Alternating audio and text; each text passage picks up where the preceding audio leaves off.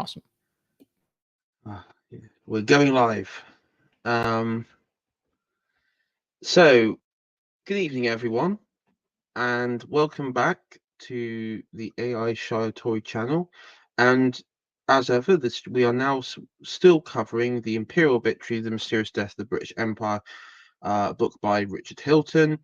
We're on chapter 3, and on today's one, we are talking on chapter 3, The Struggle for North America.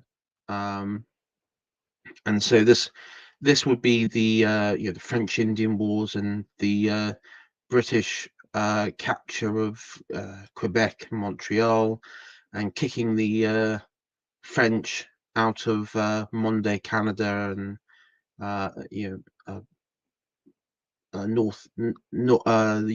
Monday, like Ohio Valley, places around there.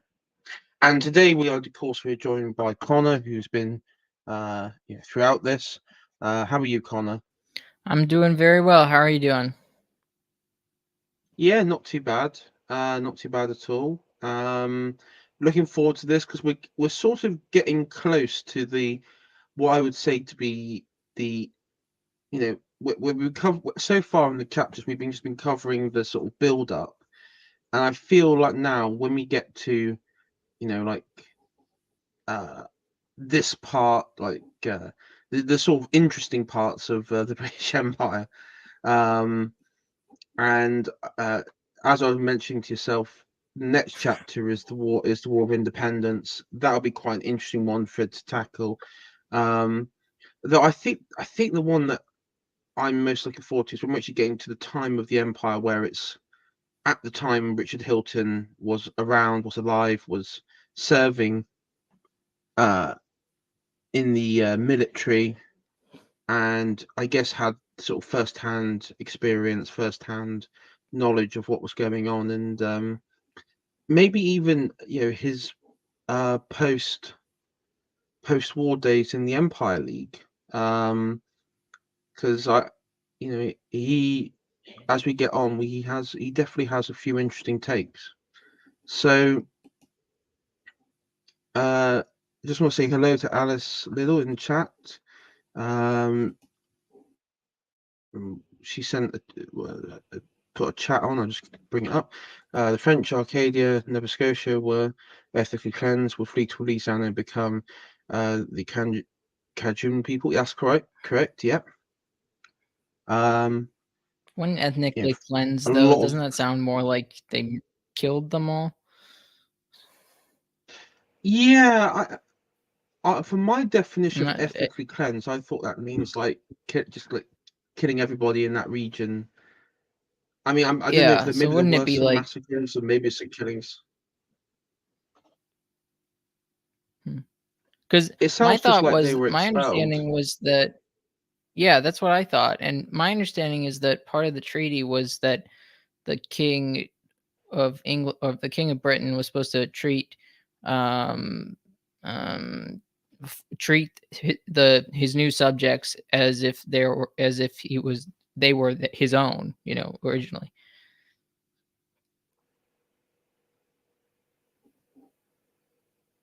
Yeah, I think though the removal of the French from Monday, Nova Scotia was before that treaty, because there was still, Oh, did they do that before that? Okay.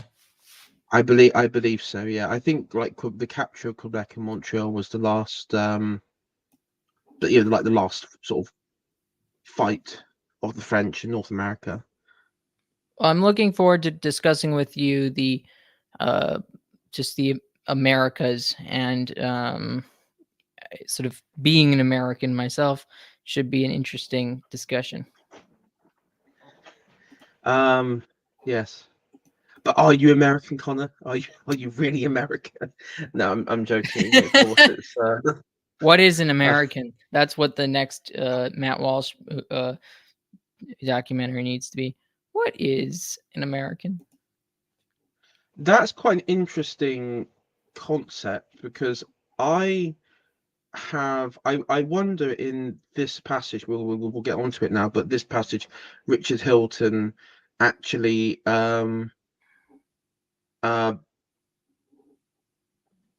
actually sort of describes that, um, because I mean, we think about it. The first English stock of the 13 colonies were, I mean, they were English largely, and Protestant. I mean, of course, Maryland and places like that were sort of the exception. There was a lot of uh, Catholics, but largely, if you talk about like old Virginia and places like that, and Massachusetts, it's and and New Jersey, of course. But it's Um, also, when you think about it, it's not like when you say Protestant, it's like it's very general. I mean, there were Quakers, like there were, sort of this, um, what would become Baptists. There was such a sort of, uh, I guess, array of Protestant factions. my understanding, especially in the Carolinas and Virginia and Georgia, that the at that time of the 13, talk about just before the revolution, that like the majority were you know Anglican, Yeah, the South, like like Church of England I, affiliate. I think it was New York and to like New York and then skip over Maryland, and then everybody else in the South was Anglican. But the North, East, and I believe Pennsylvania were sort of rebellious types of Protestants. Yeah, a bit of a mix and match. You had like Reformed and and then of course you had like the Dutch influence. Anyway, let's get on to this. So anyway, chapter 3, the struggle for North America. Uh, hold on a sec. Right. Nothing is known of Henry Hudson except his 3 voyages of discovery between April 1607 and the midsummer day of 1611, when he was cast adrift by his mutinous crew in the great bay which bears his name. So that's Hudson Bay, of course. If for people who may not know, that's what they're referring to. The first voyage, though gallant, achieved very little beyond confirmation of the growing belief that the no sea passage was uh, perceptible either north of Russia or of Canada. Now we talked about this in the last episode. We had a lot of people from Devon in England looking, explorers looking for the passage through Canada into the Pacific. And of course, as we know, and at this point, they found out that that just did not exist. And England wasted, I mean, they'd wasted a lot of time looking for that didn't exist, which allowed the Spanish and French and Dutch to pretty consolidate their positions. Um, so you know, England kind of took an L there for wasting time. Um, For his second expedition, he took service with the Dutch East India Company, though himself an Englishman, and set out in command of the Half Moon to see whether, out of the large inlets much further south, might perhaps pierce right through to the Pacific. He had carefully studied the reports of a coastal survey which Captain John Smith, the famous leader of the Virginia pioneers, um, yeah. Also, the one, the story with Pocahontas as well, had already made of the Chesapeake Inlet. Hudson's plan was to continue the coastal survey northward towards Cape Cod, for here lay a stretch of coast hitherto unexplored. He sailed past the great Delaware Inlet, probably thinking that it would only take him back into the creeks already surveyed by Smith.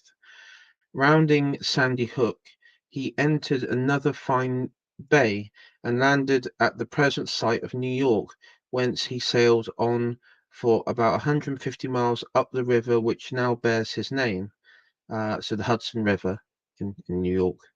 Um, when he reached the tidal limit, the course of the upper river convinced him that this was no through passage to China.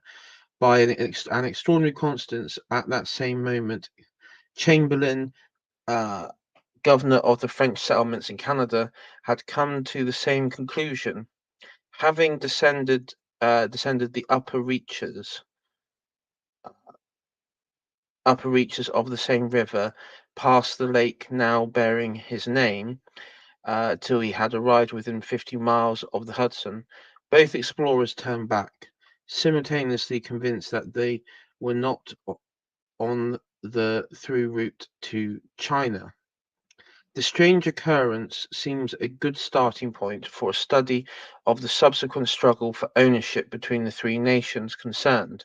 For one result of Hudson's voyage was that his Dutch employers became deeply interested in the enthusiasm for the pleasant land and natural harbours of the Atlantic coast. An expedition was sent to his newly discovered inlet.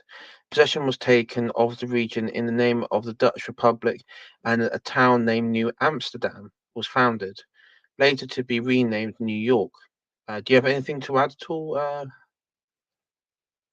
Um, Well, it's just interesting to me that I guess it didn't.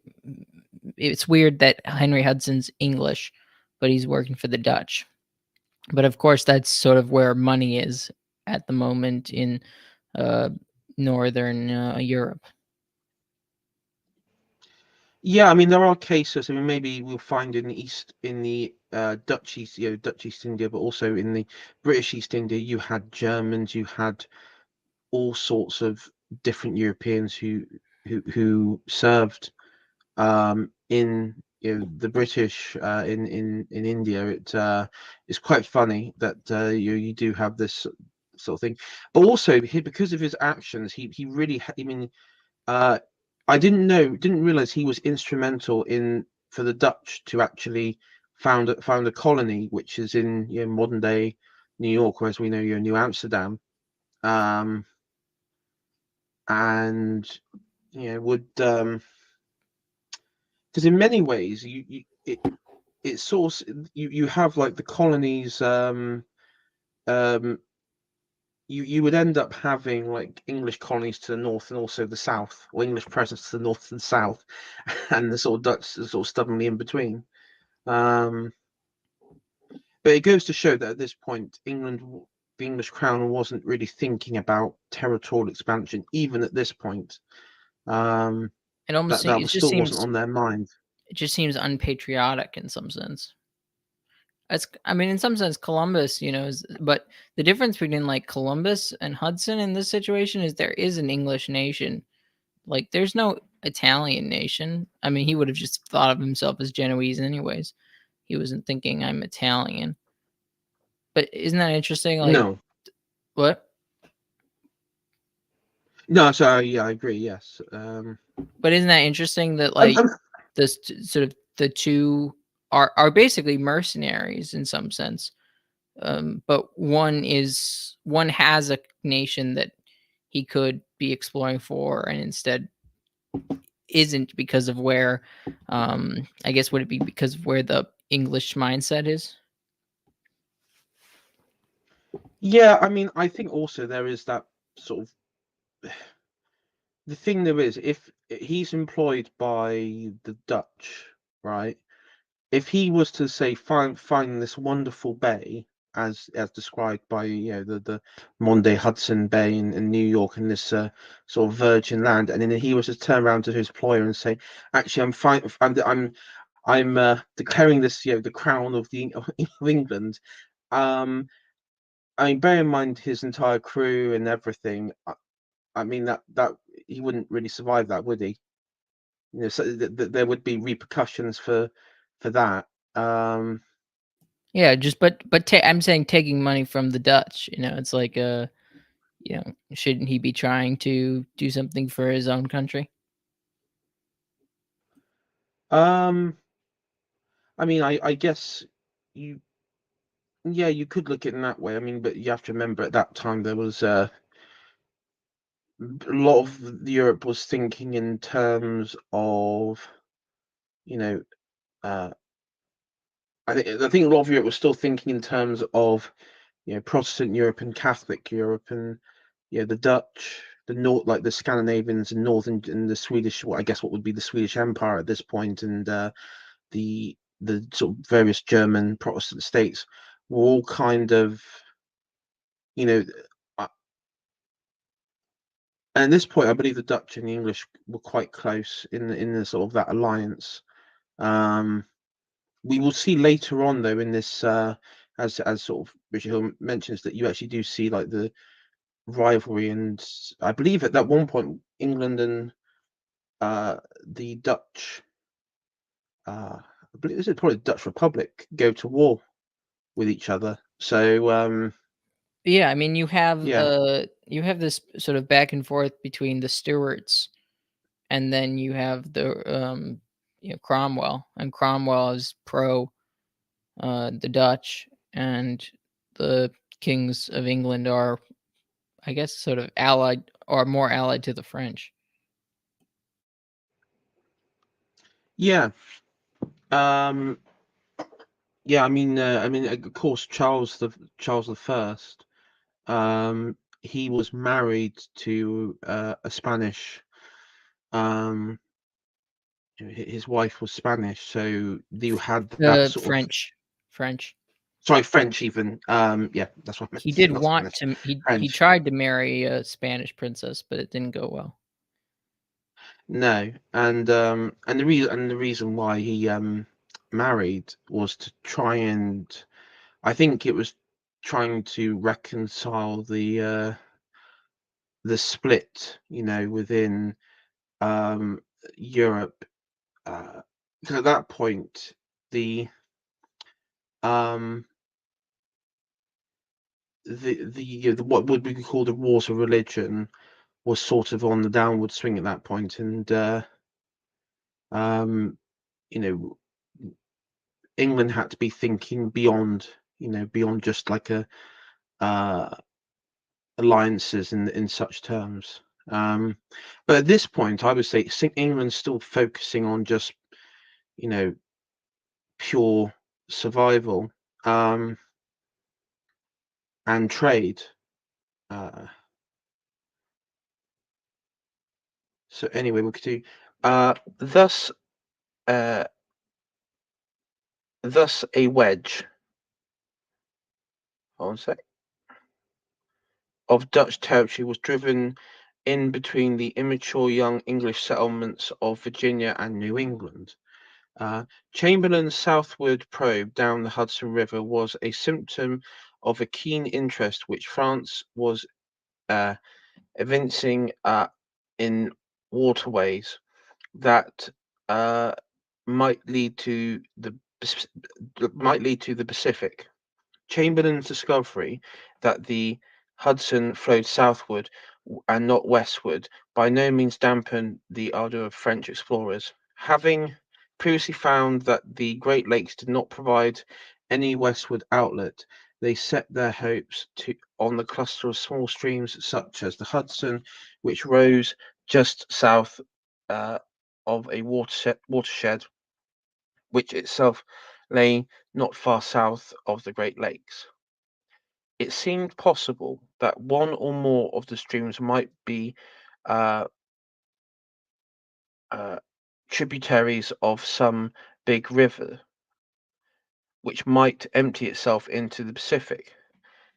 So, from Chamberlain's time onward, constant French exploration, backed by generous government funds, probed southwestward down the many streams rising only a short distance to the south of the Great Lakes, in present day American states of Illinois, Indiana, and Ohio.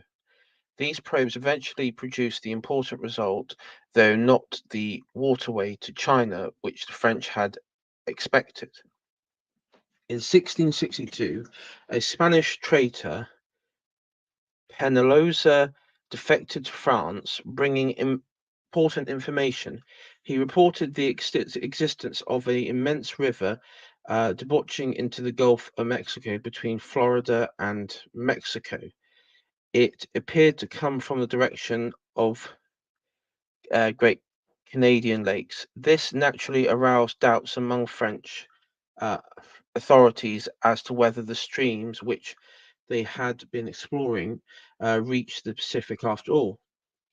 It happened that about this time, 1666, that there arrived in French Canada three men whose names earned a place among the world's great explorers: Joliet, Marquette, and uh, La Salle. The first to proved in 1673 that the Ohio River flowed into the Mississippi by canoe downstream as far as where the river Arkansas joins to the west. This left little doubt that all the rivers of the big central plain must flow into the Gulf of Mexico and not into the Pacific Ocean. The matter was settled beyond a shadow of a doubt when La Salle in 1682 navigated all the way down the Illinois River and the Mississippi to the sea. Now, Joliet and Marquette were only missionaries, but La Salle was a government official of high degree. Uh, Having the authority which his predecessor lacked, he formally claimed the entire territory watered by the great rivers as French territory, naming the vast region Louisiana in honor of King Louis the 14th.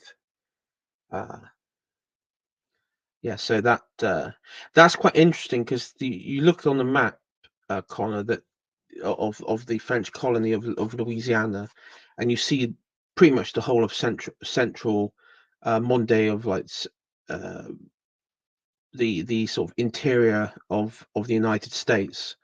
But in reality, the actual control was a few forts from, what was it, New Orleans, Baton Rouge, all the way up to Detroit, up the Mississippi. Um, Yeah, just rivers basically. yeah, Um on the rivers, and also I'm impressed you didn't say Arkansas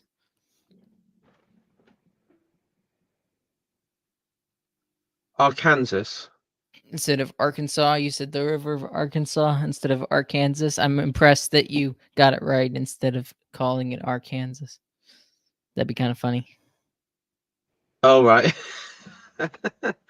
I know Uh, Carl is makes fun of America for that. yeah. Well, oh, that's the way that's pronounced. So, Yeah, no, um, I'm saying you're right. yes, That's but it's just yeah. I didn't know It's which way you're gonna go. oh, I see. Okay, yeah. It's quite interesting because I find along not just in Louisiana, but in you have like this the up the Mississippi and up through well, I guess what would it be like what was it, Kentucky, areas which was claimed by Louisiana colony. You have like this weird blend of like native native names and also French names. You have like was it lacrosse, named, and they got that sport lacrosse. Um, I never thought about lacrosse being French. No, I'll never be able to unsee that now. yeah, it's lacrosse, isn't it? As I Yeah, say, a lot of these like little settlements that were created along the Mississippi by the French. That was their extent. And if I remember correctly, that what the reason why they were expanding along Mississippi was just trading pelts with the natives tribes. So what would that be like the Cherokee, the Sioux? yeah. Uh, Wait, Cherokee. The Sioux are very far west. or they're a bit. Oh, who am I thinking of? Uh, In what region are you saying? Sorry, well, S- um, southern. well, southern and northern, because think about the map of like colonial Louisiana. They would be trading. Um, I don't think with the Cherokee would be trading with the. the French. Just mainly the Iroquois and the Huron, and probably the Illinois tribe, and a few others probably. But I'm not I'm not good at my Uh, Native American names. Also, when the Alice I'm is just trying. saying that Americans can't pronounce English places very well. Oh yeah, Birmingham. It was with Birmingham and stuff like that. It's Hey, I know how to do it. yeah, I know, but a lot of Americans when they say like they say obviously it's Birmingham, Alabama, but yeah, it's I always laugh when I hear Birmingham. You know, uh, the Cherokee and the Seminoles were like in the southern around the southern states, yeah, and then I'm interested to but they know wouldn't be in Louisiana. how far eastwards, because I know They, the Cherokee are like in what's it like Georgia, like western, what's now like western Georgia, yeah, Georgia and probably northern Florida. Florida. The Yeah, Seminoles were Florida. yeah. The Cherokee probably, I would assume. I mean, I could be wrong. Maybe the explorers ran into all these tribes, but like when you actually set up the colonies, um, the the French would probably not have met a bunch of them. I mean, I do have to look into it because there was um eh, there would have been at one point you would have had like French traders, English or British traders at that point, and then like Russians. Because again, like didn't the Russian Empire? I mean, of course, they had the sort of presence in Alaska, but also they claimed like parts of what was it, modern day Oregon and Northern California. They sort of claimed as their like not direct claim, but like economic zone of control, if you want to put it into like you know Didn't like everybody some claim that paradox area? game. I feel Yeah, pretty well. like everybody Yeah, claimed that well, area. yeah, The yeah, the Spanish, the Spanish. Russians, the British, the Americans,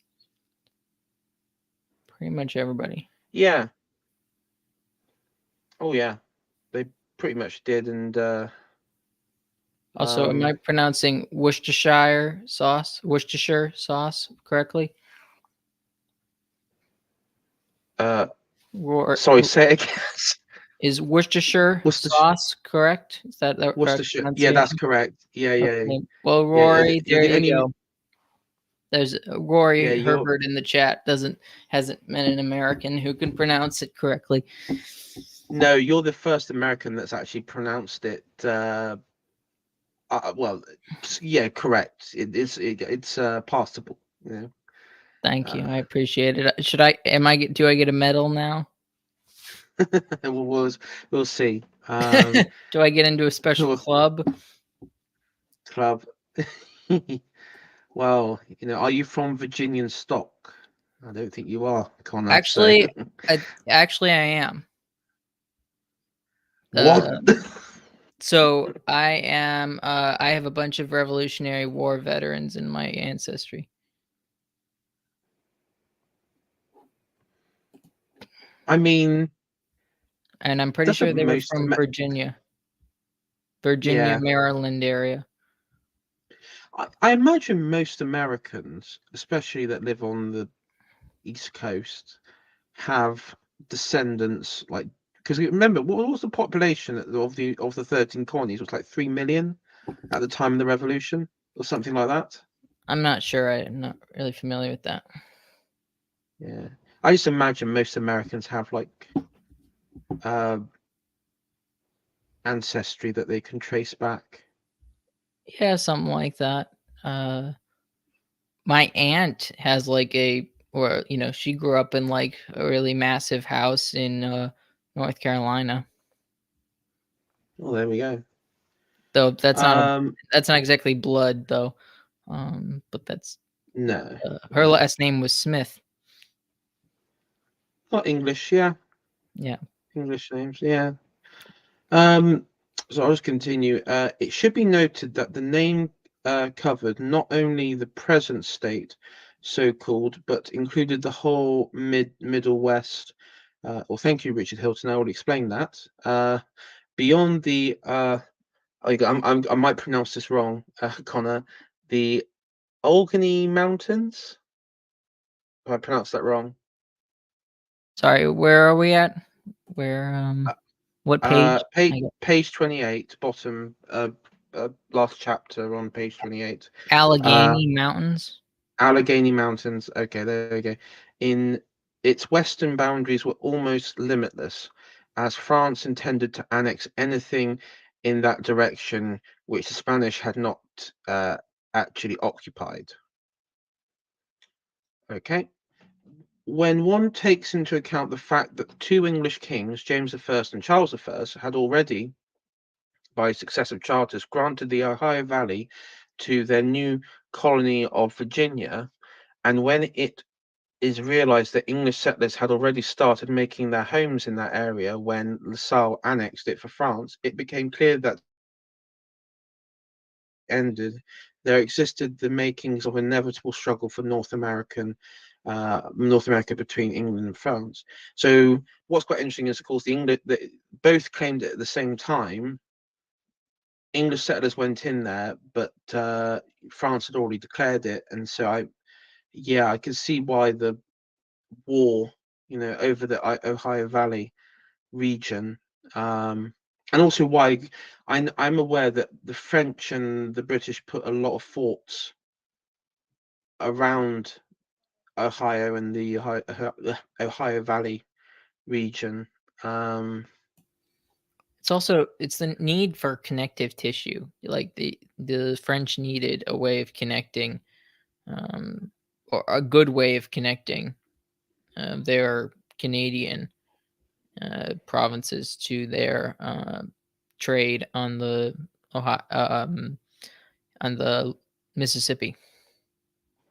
yeah, and the British needed that sort of connection into the St. Lawrence. Um, as well, and just natural expansion Well, they needed to control go west. somewhere. I mean, that's the thing is like it just. I don't know what it is about sort of the colonial mentality of just gobbling up more land. I You mean, know if what you I mean? think about it, if you think about it, if you're English, if you're in the sort of English government, you'll be thinking yourself, right, we've got our colonies on the coast. Bearing in mind the colonies on the coast at this time, you had like parts of, like, Western Virginia, Western Georgia, Western Carolinas, which were still unclaimed. They hadn't really formally moved in. It was at this sort of time period you had that sort of movement westwards when the colonies, or what we now states, was taking the shapes as we sort of know them today, like Virginia, for example. But beyond that, you had like, the Appalachians, right? And then beyond that you would have like entire French territory. And the Appalachian Mountains, I guess if you think about it, do provide like quite a good natural land, like a barrier.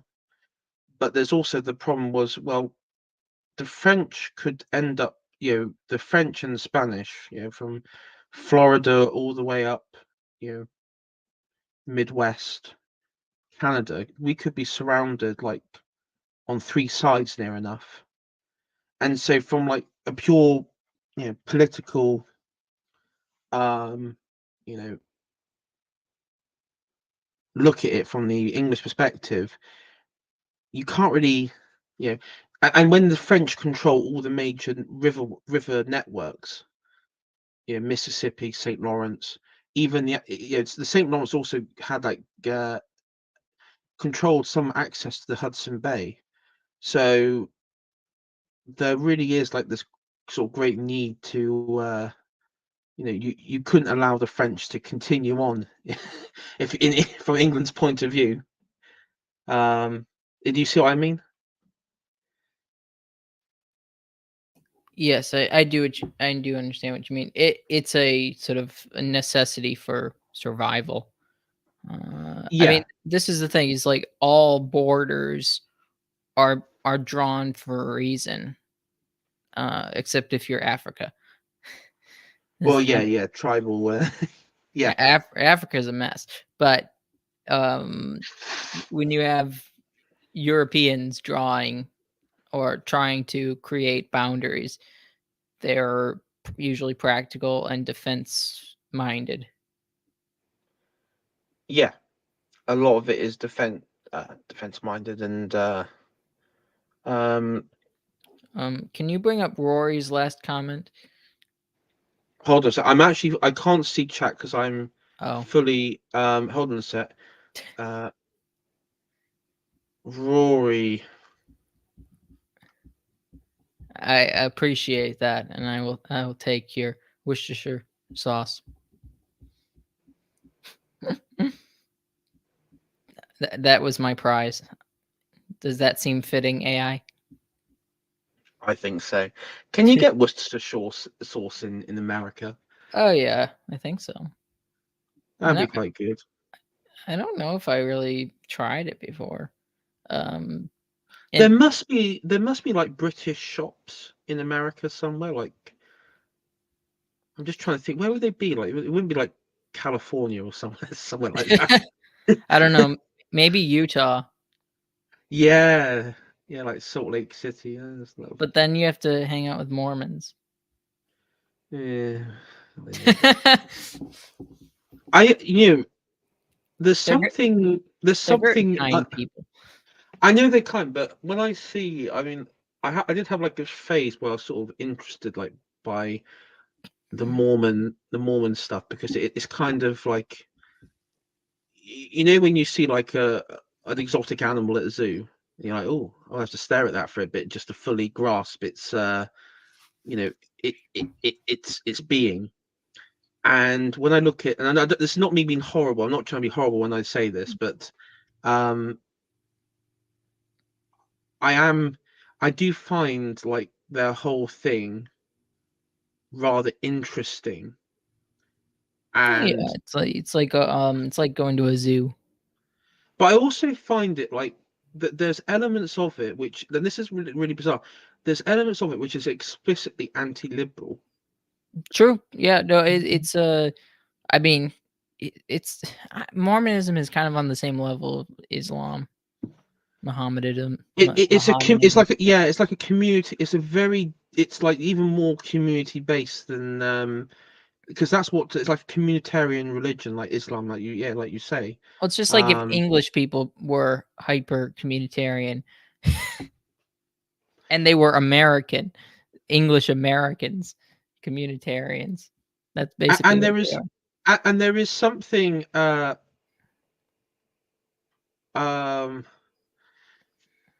I mean there is something in the English spirit of like extreme religiosity. Um, well there is something in that which then it can express itself in uh different ways. Well, is it extreme or is it or do they have extreme religiosity? Uh I don't know. See, like I don't know. I think there's a difference there. Like I think their religion is inherently kind of extreme in some sense. I'm not sure that they are extremely religious in that sense, in a different sense. Um, They're loyal, but I don't know if they're extremely religious. um, I think they have. I mean, yeah. I mean, that you're talking you know, the sort of Puritan aspect of it. I think there is something that is. I think. Well, number one, I think all European groups are deep. I think all people. Number one, all people are do have a sense of transcendence. Whether even in modern times today, where it's something to be scoffed at by current elites. Yeah, all Um, people are religious. all fundamentally, where it comes down to, all people uh, have that capability, even those who shut it off and live life like sort of a shit lib, if I'm absolutely honest. Right? So, yeah, it's all within somebody. I think. What makes it different for like English and everything is, at least in England, Scotland, France, but in there is like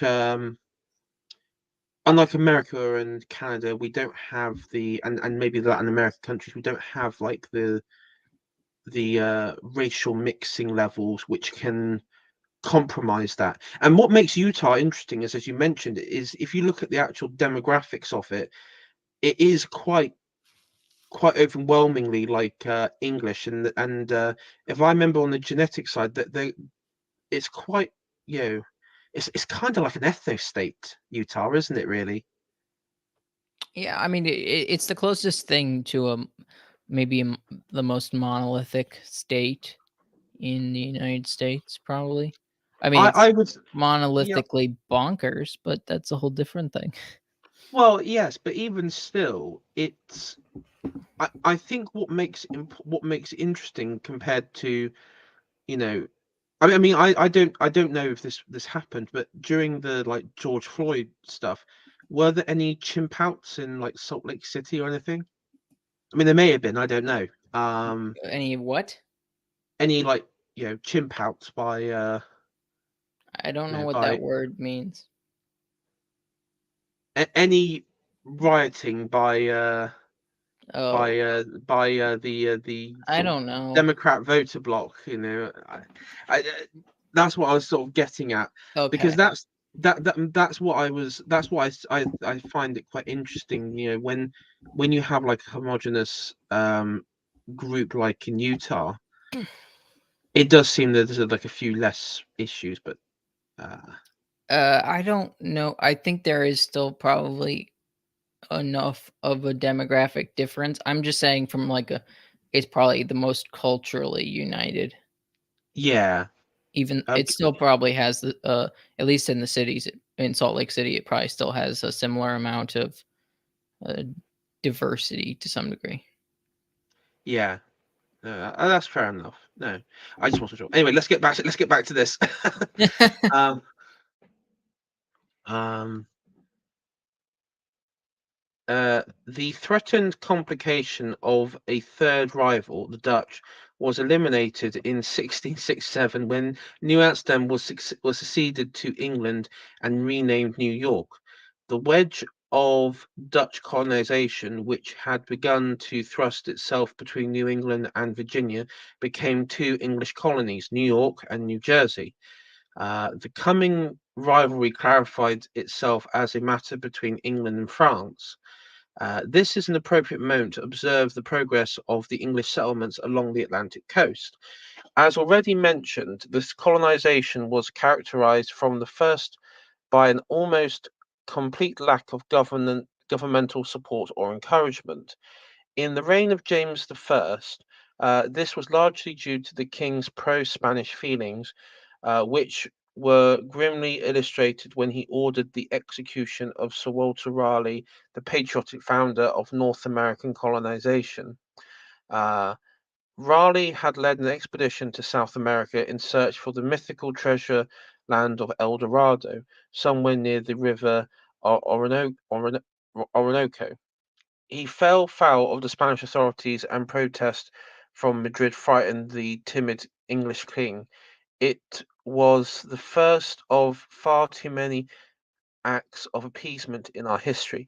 I just want to reiterate that King James was Scottish, but that is by the by. um, when King James died, no improvement took place in governmental attitudes towards colonizing projects. King Charles I and his parliament soon found themselves too bitterly involved in their growing antagonism to pay much attention to overseas affairs. It was not till Cromwell's brief dictatorship that foreign affairs again became a matter of concern to the English government. Even then, the neglected state of the navy and Cromwell's obstinate uh, failure to perceive that France had now replaced Spain as England's most dangerous enemy prevented England from adopting a bold transatlantic policy. Cromwell's regime and the reign of Charles II uh, uh,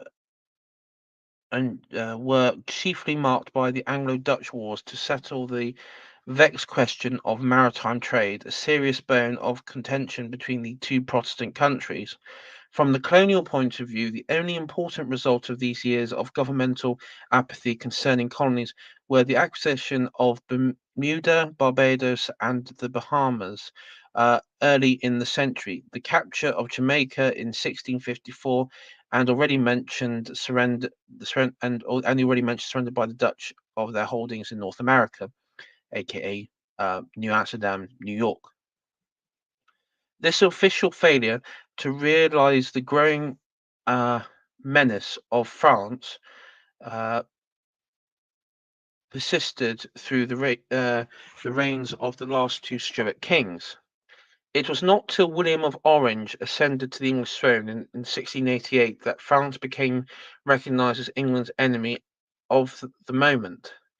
The new king, which with his upbringing in a small Protestant country, menaced by the continental ambitions of the Bourbons, at the last at last influenced the foreign policies of England. No longer would time and effort be wasted in squabbles with the Protestant Dutch. No longer would Spain be regarded as a formidable threat.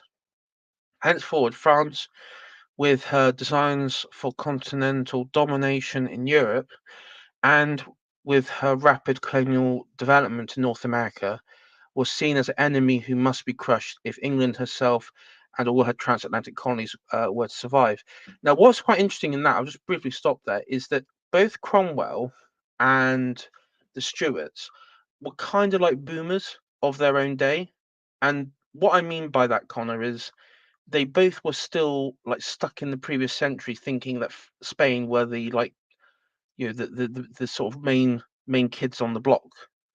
But reality was in in the Americas that France was the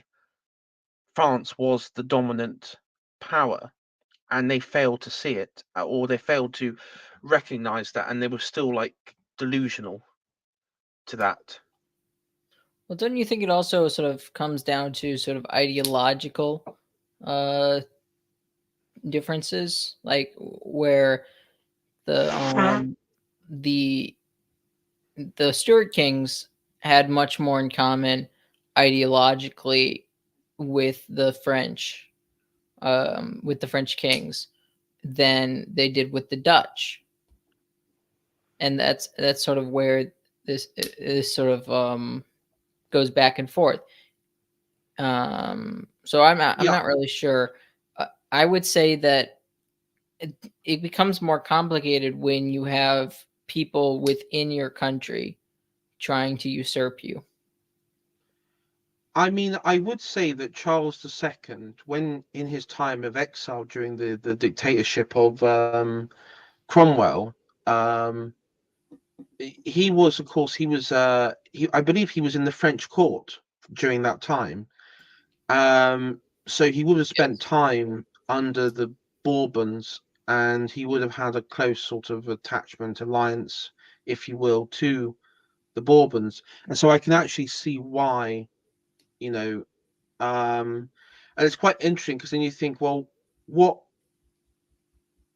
the forces, internal forces that removed Charles's brother, James the Third, James the um, Second. sorry, James II, even James II, um, for William of Orange in the Glorious Revolution of 1688, um, The time the Dutch and conquered London.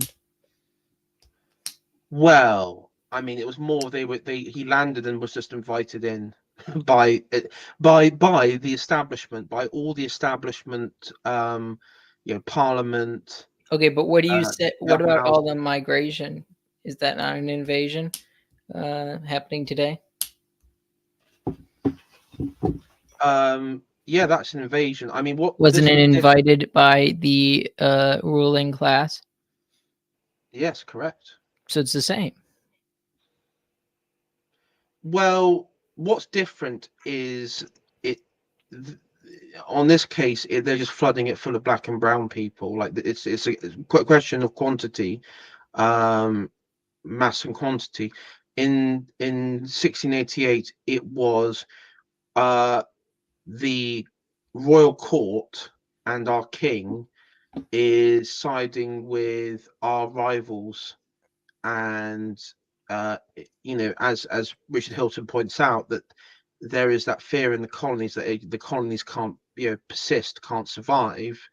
So we need to get rid of him. um It seems like the I Stuarts were very pro colonization. sorry. The From what I can understand, the Stuarts seem to be very pro colonization. The thing though is, I would agree, but at the same time they're running the line that the Spanish are the greatest threat, like Cromwell did that. But from the sort of Dutch, from the William of Orange side, and from sort of certain English Protestant side, they're saying no, the Spanish aren't, it's the French. Why are you ignoring the French? Ah, your secret collaborator with the French. So there's kind of like this conflicting narratives between two set of elites, which, I mean, I guess like in the yeah, we could describe the circulation of elites as basically between pro, uh, from uh, from sort of a more of a pro Bourbon to anti Bourbon. Well, but there's also an element of like being pro banking and pro sort of financial elites coming with the Dutch. I mean, you're basically trading a Scottish sort of. You could argue. I would argue Charles, or sorry, James II definitely was, English in culture. Um, Even if you want to say, yeah, he was he's partially English going backwards, but probably, well, I mean, Oh, Charles would be.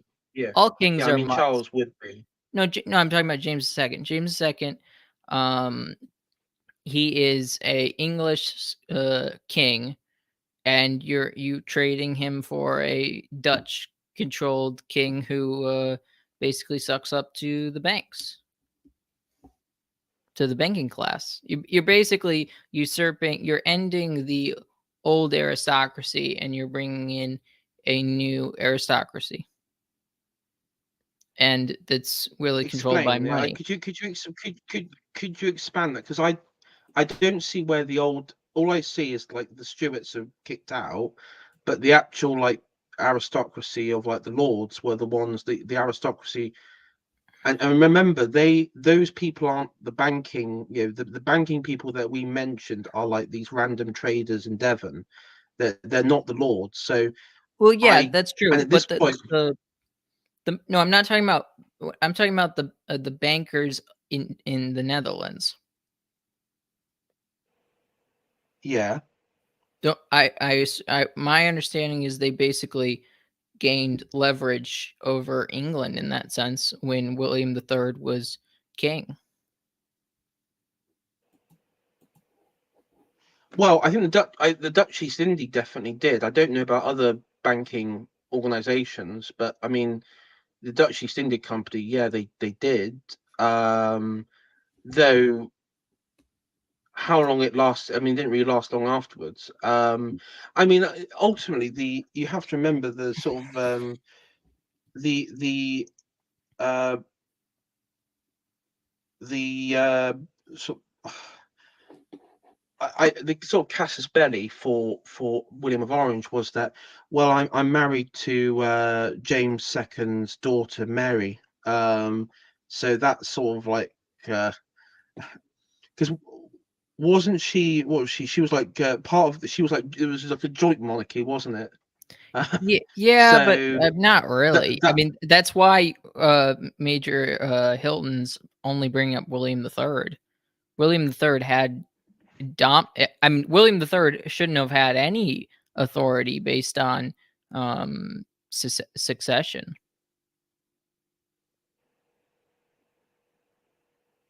right? Shouldn't Queen Mary been queen in her own right?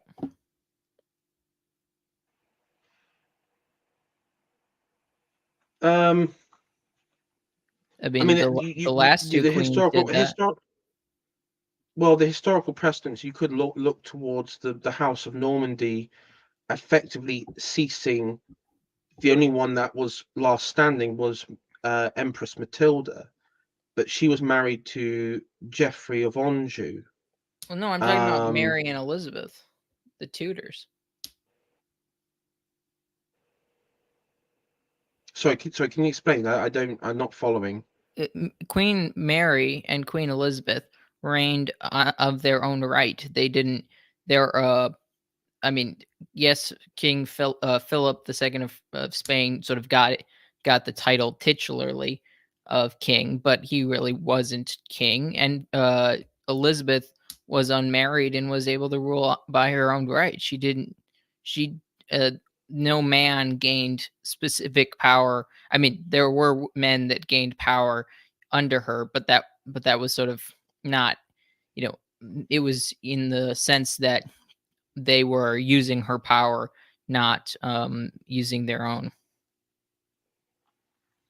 I'm saying I mean, why was yeah, William yeah. III made a joint ruler? That it seems uh, it seems like Well, a bad carrying. It seems like favoring the Dutch just because William III's powerful. That's kind of what I'm getting.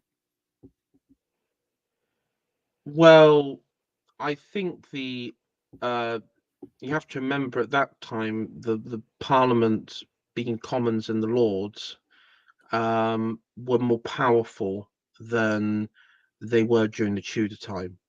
Well, yeah, Um, but why would you want a Dutch king? That's what I'm trying to say. These elites were basically usurping sort of the rule of law. That's kind of what I'm getting at.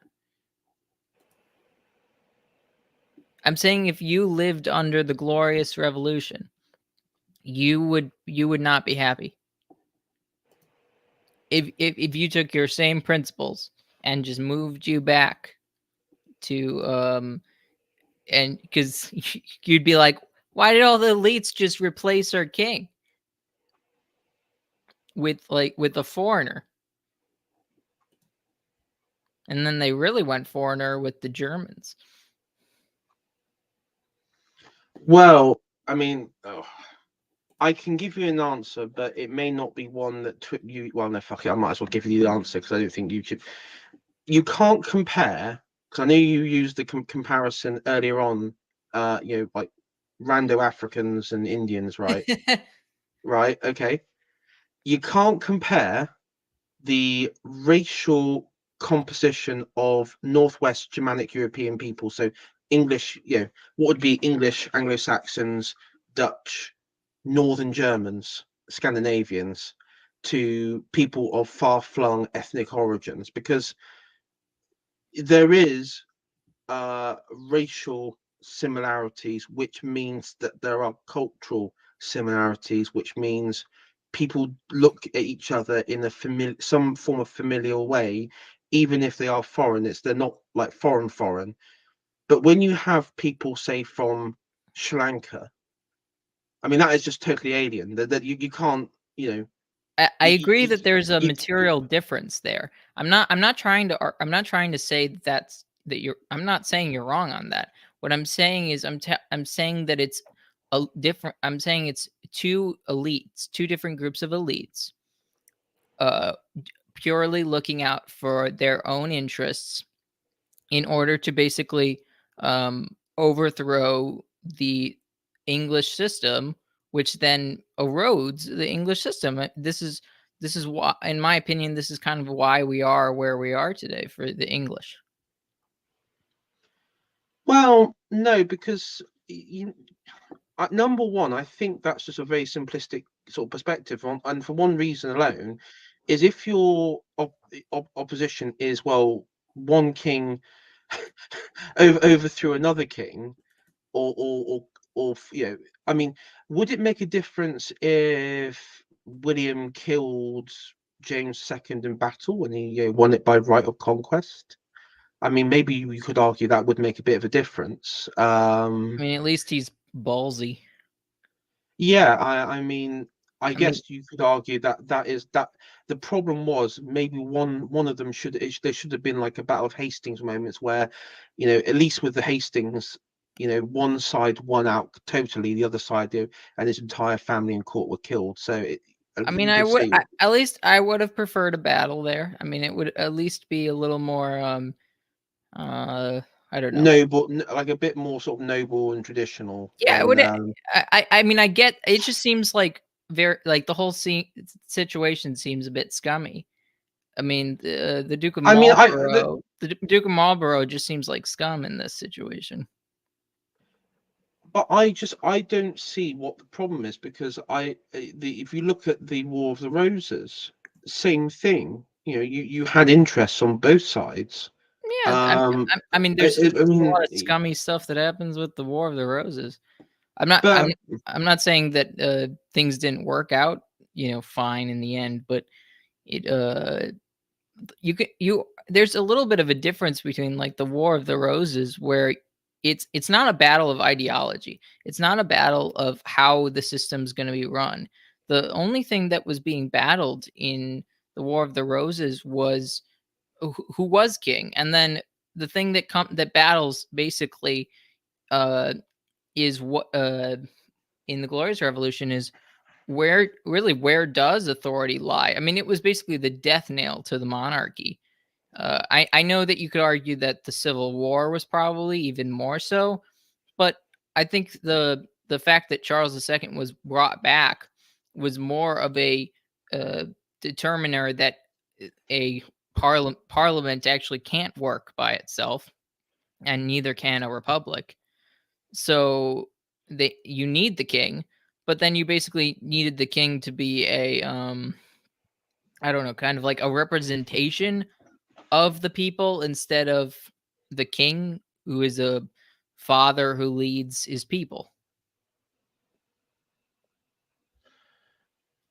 yeah, I mean, also that's I mean, the ultimate problem there is you're also talking about and this goes back throughout entire English history.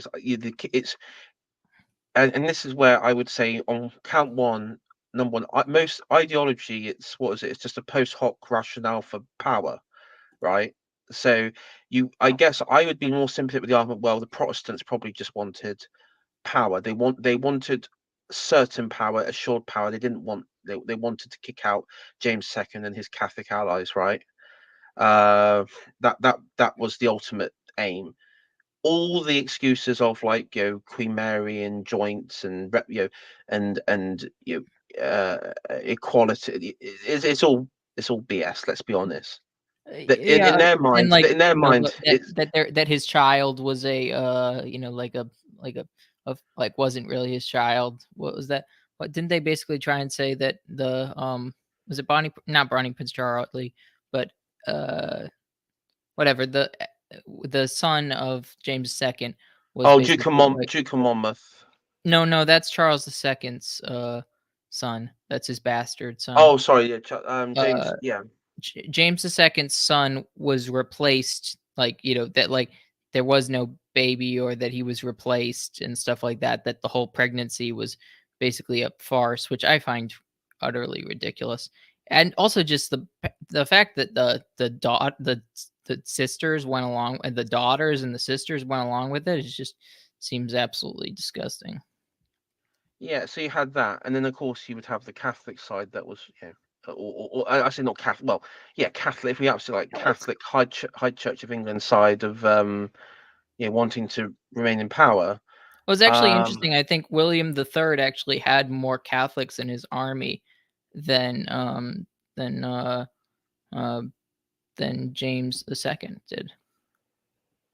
yeah, he had quite a lot of Germans, and um, I mean, I look at the Battle of the Boyne. He had a lot of. It was like a mix of Germans, Scots, You know who was the most in happy about the defeat of James II? Northern Irish. The Pope. Ah, The Pope had a celebratory song played when he heard that James II had lost the Battle of the Boyne.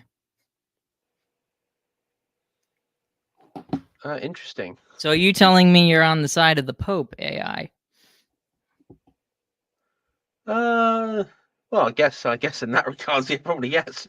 Okay. Uh, Let the record state that AI is a secret papist. Secret papers. Um, what was the? Okay, we'll continue with this. I'll ask you another time about that because that sounds quite an interesting story in itself. And we've been talking about the gone off on the tangent there about that, but Yeah. I can't remember where were we. Okay, this official failure to realise the growing menace of France persisted through the last reign. Oh, hold on a sec. I think we've done this bit. Thus, the first 88 years of the 17th century were the complete loss of time as far as uh, governmental sponsorship of English overseas expansion. Fortunately, however, this did not mean the no that did not this did not mean that no progress was made. Indeed, very much to the contrary. Lack of government backing was more than balanced by a great wave of spontaneous migration to the transatlantic shores. Um, the reason for this was the same reason which had caused governmental neglect, i.e., the internal troubles of England. So, civil war, various rebellions. Between that, people were thinking, uh, which is true. They had a lot of people that would just leave because it was, you know, finding it difficult to live in that. Um, for the 17th century was an era of religious wars, as a result of which the first one persecuted religious community, and the latter, some others, found itself forced to leave the homeland and try and find somewhere in the new world where they could follow their own faith in freedom and peace. Of these, the most famous migration was that of the Pilgrim Fathers, who crossed the Atlantic in the Mayflower during the winter of 1620. About a third of them were Puritans out of a total of 100. In mitigation of previous remarks concerned King James I's colonial timidity and apathy, it is right to mention that the Mayflower set out from Plymouth, which the king cordially approved, he having taken a friendly and personal interest in their plans. They landed near Cape Cod. Uh, Other contingents followed, followers of diverse religious sects. The Protestant Reformation had rapidly hatched numerous splinter groups, quite apart from the big schism between Lutherans and Calvinists. A sad failing of these Protestant splinter groups were often their intolerance towards one another, to the extreme type of Puritan or independent, even Presbyterian, came to the regard as verging upon papacy. As Milton put it uh, tearlessly, presbyter is but the old priest writ large.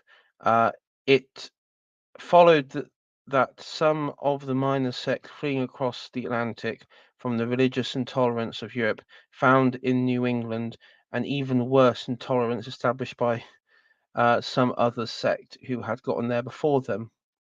The states of Connecticut, Rhode Island, New Hampshire, and Delaware all owed their birth to this urge for Protestants to throw off the yoke of other types of Protestants who had already dominated Massachusetts. The Quakers, for similar reasons, found the AI. home of. Yeah. I just want to point out how it just seems like this is a continuous theme where like Protestants need to throw off other Protestants. Like that it's such an odd thing. What do you think that where do you think that comes from? Um. Like why like cuz like that's one of the weird things is like when you I would assume you would want a a Protestant nation, right? You'd want England to be a Protestant nation, right? Well, it depends what form of Protestantism it takes, I Well, guess. But well, yeah. So like an Anglican, right? Like yeah, you'd yeah, want yeah, an Anglican. yeah, not the current, Like version of Anglicanism, but yeah, I know what you mean. Yes. it isn't. Like how do you prevent Protestantism from changing? Like that's. I think that's the You need crazy concern or the right. concern basically. So this is where okay, so this is where we get down to the nitty gritty of it.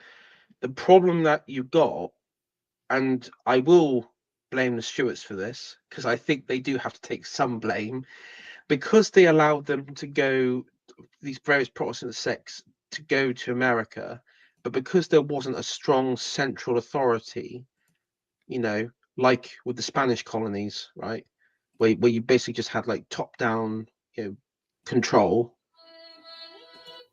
Mhm. Um, you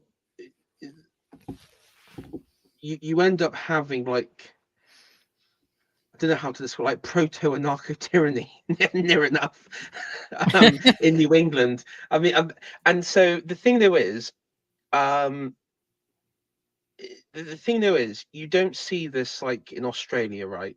You don't see this in New Zealand.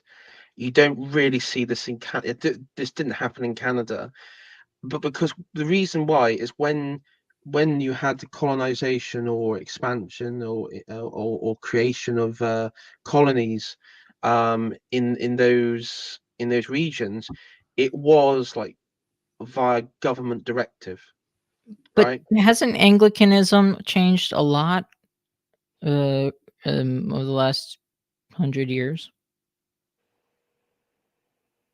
Like I get that the argument is that there wasn't a strong structure in the Americas, and that's what led to you know so much divergence. But how did that happen? Almost kind of everywhere. I don't think like Protestantism really isn't the same as it was. Um, I mean, I can only speak from the experience of the I think fundamentally you've got in the way that I don't think it'd be 100 years. Number one, Anglicanism, I would say more like 75, 80 years.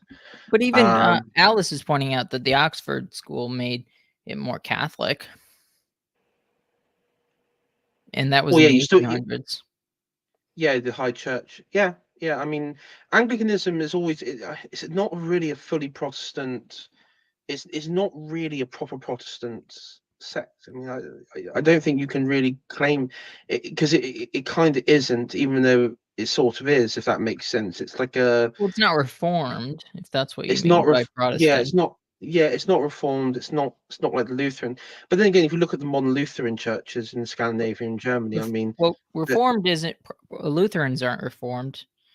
no, no, Reformed but are I'm not talking about reformed. Well, look at the okay, look at the the Swiss or the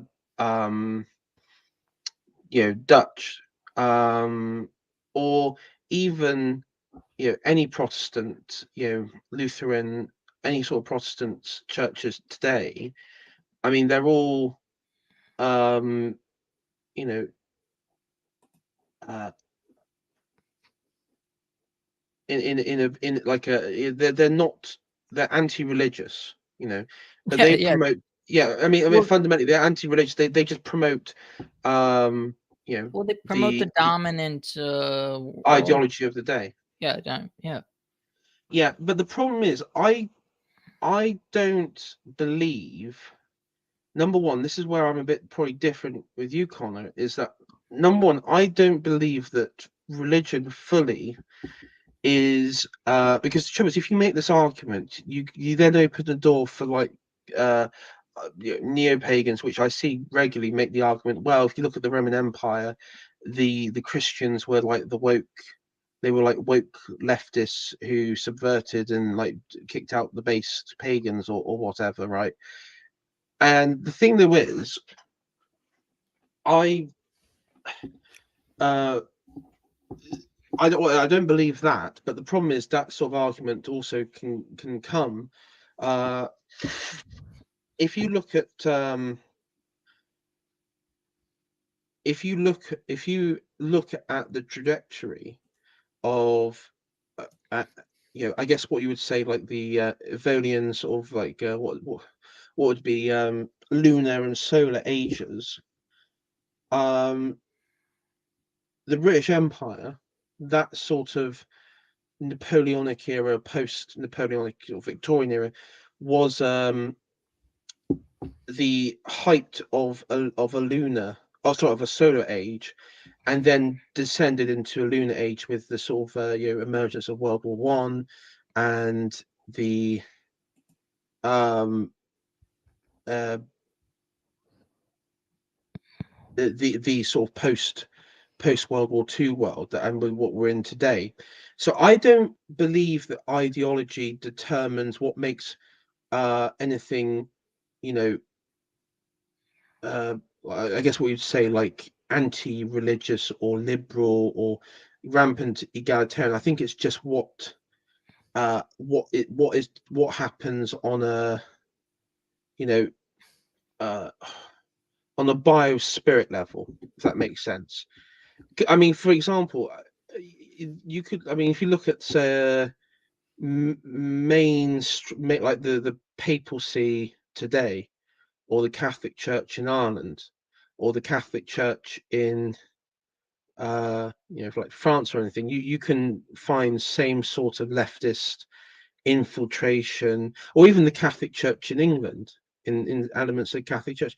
I know that there are within the Catholic Church, more sort of separate groups which are more traditionalist. Um, and you do have that in the Anglican as well, even though that this is like a breakaway group, the sort of Free Anglican Church. But at the end of the day, um,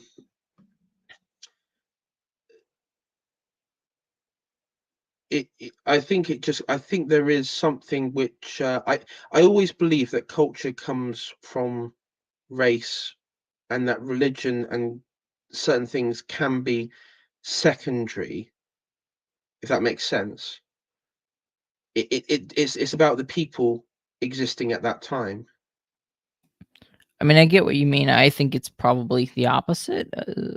Primary religion, secondary would, if race and history and stuff like that. But, I I mean, mean, I mean, another example I can think of is like if you look at like again going back to the late Roman Empire. I mean, you had terrible splits within Christianity between like the Nicene creeds and what was the ones that you around in Carthage in North Africa, the Donna, what was it called? What they called the Donicists or whatever it was called. I don't know what Manichaeans were. I thought in Carthage, but I don't know. The oh, what is it called? The Coptics and the uh, N- Maphilites, Nestorians. I thought it was Nestor. Nestorians. Yeah, and then Um, you have like the Aryan Christians, well, and yeah, I so mean, there's lots of, in my opinion, there's lots of groups that have always been lost to heresy for a long time. Uh, but thing about, generally speaking, the thing about the Catholic Church is that there's always a constant uh, battle within the Catholic Church, and it hasn't actually been undone. And I don't think it will be by this you know by the dominant ideology of the day. And that's the difference. I think it's pretty much dominated completely uh most Christian religions, or most of Christianity. I mean, that's why you see the British, or sorry, Anglicanism split up so many times. yeah, I mean, I believe when it comes to going back to the whole biospirit stuff, the reason why if you look at like the expansion of Christianity in Europe, so you're looking at what was it 1000 AD, where you had that was a time where Hungary became a Catholic kingdom, Poland became a Catholic kingdom, Germany, the Holy Roman Empire under Otto the First was sort of expanding and formulating. Uh, you had the Scandinavia, the emergence of Christian in Norway and Denmark. I would argue, looking at it, uh, while a figure like Charlemagne was very much for the building blocks of that, a lot of the even like the Normans, right, who were like warriors, devout Christian warriors, it came from like a Germanic spirit, and I think you know if you talk like that, what I would say the heyday of Western Christianity was actually sort of in the hands of the Germans, if I'm absolutely honest. Um, Well, I mean, you guys do come from Germans. yeah, I mean, this is the thing, like the Normans, the Anglo, you could say the Anglo-Saxons in their sort of literature work, the ecclesiastical work, I mean, you had the Lombards in northern Italy. So if you look at it, it's basically like at that period, the Catholic Church was dominated by Germans, and we see that what happened later on in the Holy Roman Empire, you had the split between like the Guelph and the Ghibellines, which are basically like where does authority lie in when it comes to the in the church and the state and the relationship between the two, with the Holy Roman Emperor and the papacy, and that's something which I. I'm interested to know what you would get as long as a Catholic, what you make of that, because for me that is kind of like the a kind of crucial moment of where, because even like Henry II of England at the time, he was you know he was a bit I mean he sort of ignored the Pope as well, Yeah, because I mean, to be fair, people have ignored the Pope for a long time at different times, and some of that has been uh, smart. Some of that has been not a good idea, in my opinion. The I think the point more is that, well, one of the things with the Guelphs and the Ghibellines, I'm not an expert on that. That's not where I know most. But what I would say is, in the end of the day, it's clear who won. At least who runs the church, the Catholic Church, the Pope runs the church. That's clear. And in some sense, it's not because of anything that um, um, secular rulers did. It's actually what's like secular rulers became disinterested in trying to rule the church. I mean I would go back to you know I think that the church was in a better position where it was basically just run by a small group of Italian gangster-like families. It probably I mean, it had been for a long time. I mean, in some sense, it was still kind of. I mean, it was run by Italian families, all Italians. I mean, majority of the popes are Italian, from what at least modern. Uh, It was really up until John Paul II was like the first one where it was outside Italy for yeah, a the first century. Slav, and then we had the first German in a while, and then Yeah, first German in a while, and now it's like a half, or sort of Italian, but living in Latin America.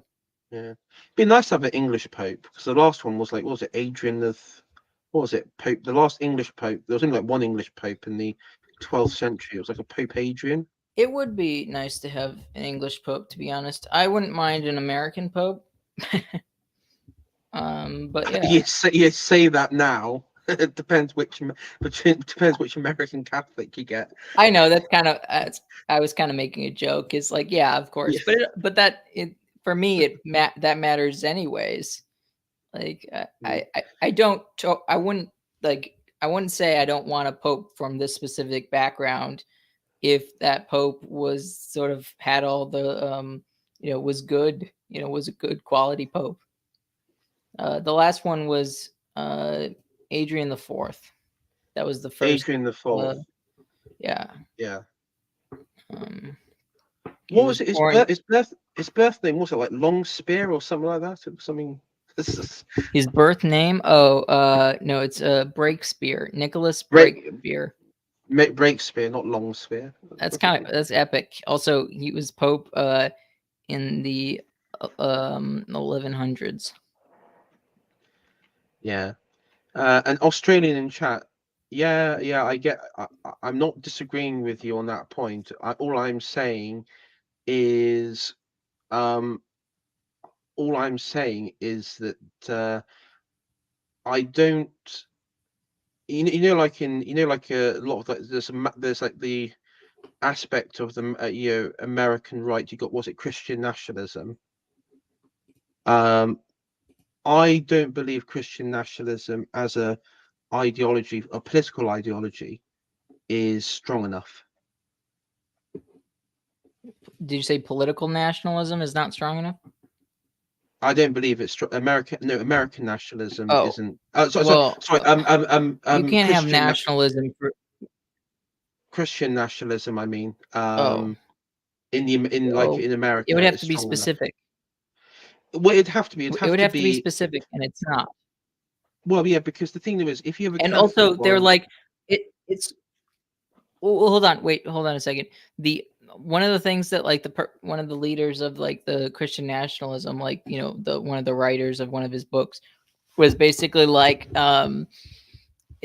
basically saying who's included in this Christian nationalism, and he was like, yeah, I don't really know what to do with Catholics, and I'm like, that's kind of a problem for you, not because of like if you don't believe Catholics should be uh um involved in that, so be it, whatever, but more as in like that's like 30%, 30, almost 40% of the population. well, yeah, I mean, Like there are more Catholics than there are of any specific Protestant denomination. Like, yeah, and you can't get I, Protestants to agree. yeah, as I say, it's a tragedy what happened to the Wasps back in the '60s. What can I say? Hey, we still have Tucker. Well, yeah, yeah, it's just that America is not going to be. Well, it's going to be in a different image, let's say, Well, in which I mean, I don't know if it's a good thing or bad thing. I don't know. oh, you don't live here. You'll be fine. Yeah, yeah. Well, yeah, I'm not too far from American military bases, so it's Oh, not okay. all fun and games. Well, depends on if there are military bases in the future there. Yeah, well, Well, so here's yes, my yeah, idealistic idea. It's probably not going to happen, but this is how you get like a American nationalism, or just I don't even really like nationalism very much.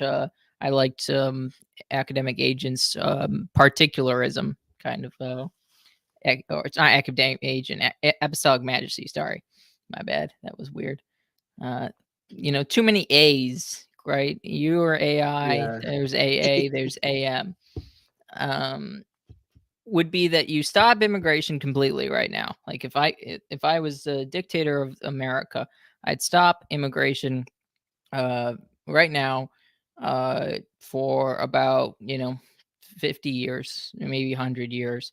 You need an ethnos to be created.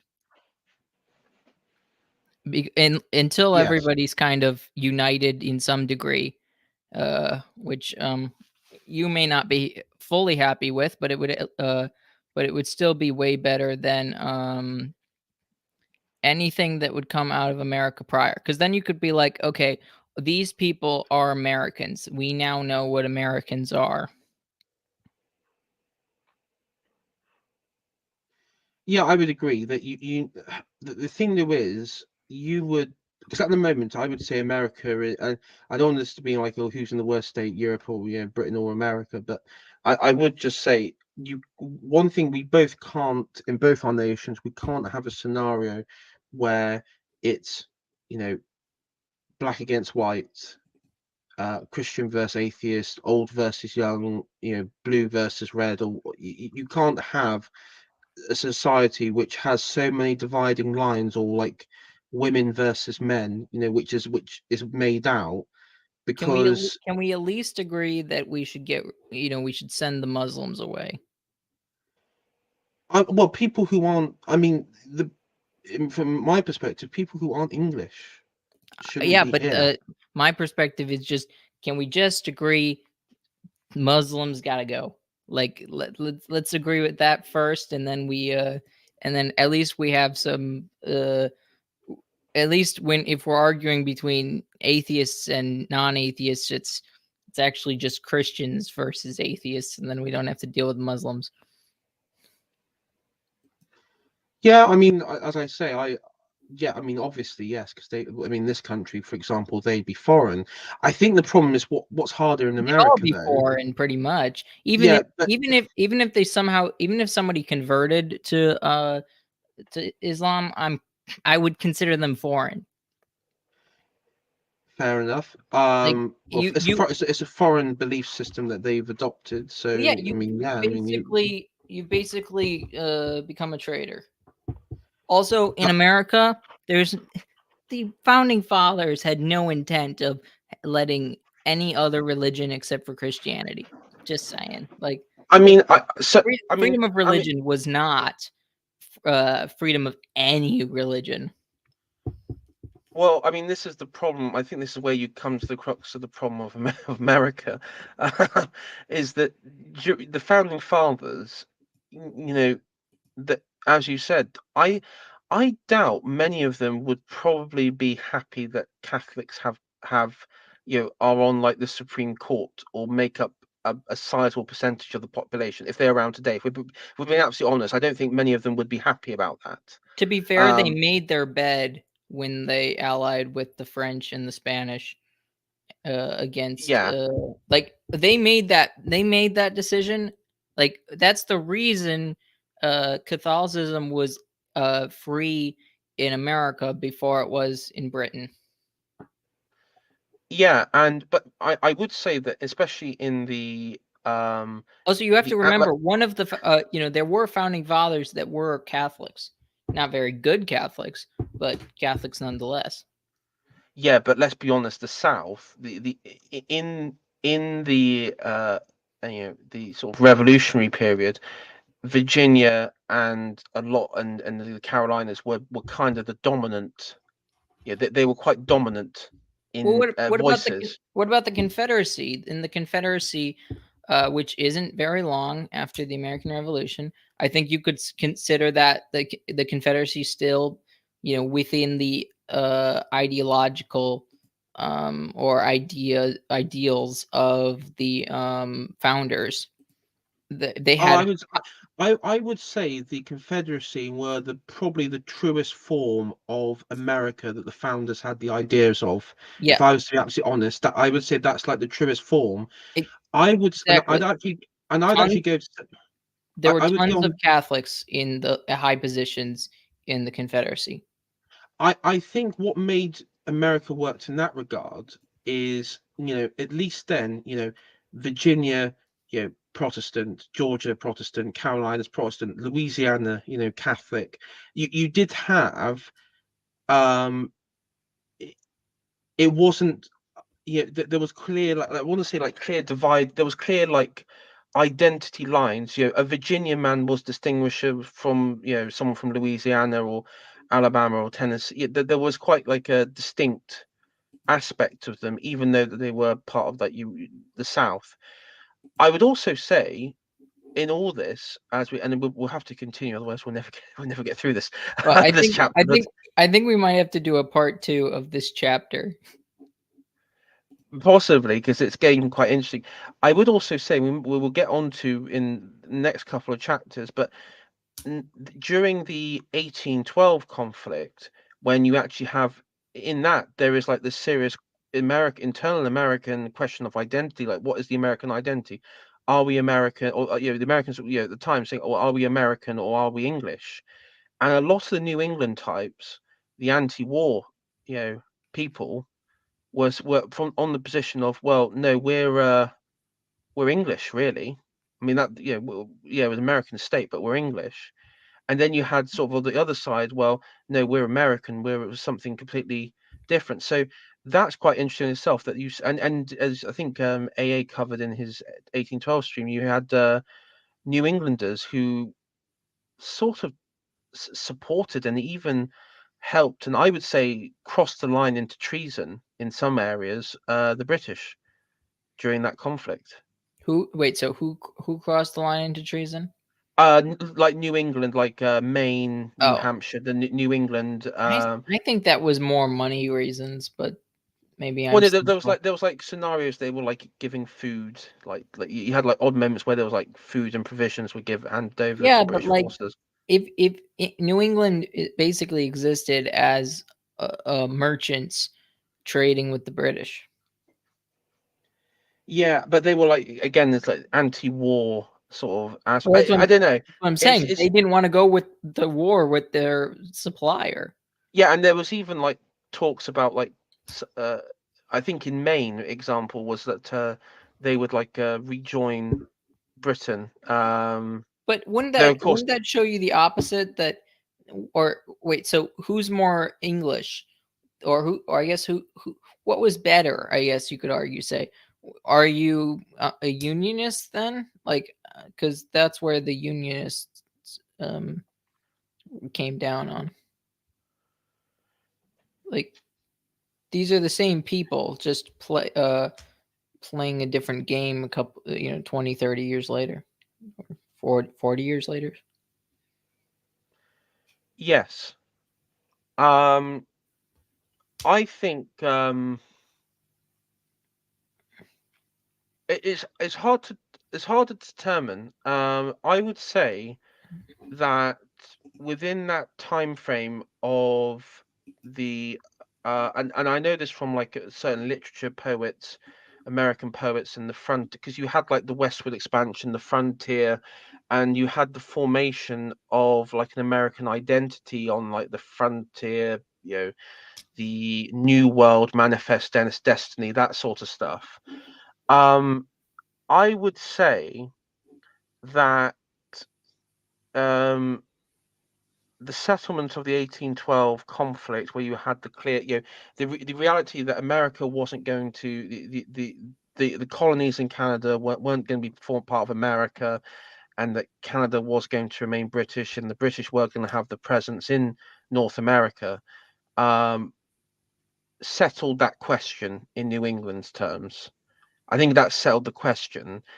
I think the problem that you had with the Confederacy, and it's been interesting to do a stream on it, is that you had a lot of German, a lot of other like European people arriving in uh you know northern states, which then became industrialized. One could argue atomized. Um, but then you still had the old-fashioned rural gentry in the south, and so you actually had like this deeper cultural clash where you had I guess you could say like the old world meets and like a technocratic or sort of like a technocratic world of or industrial world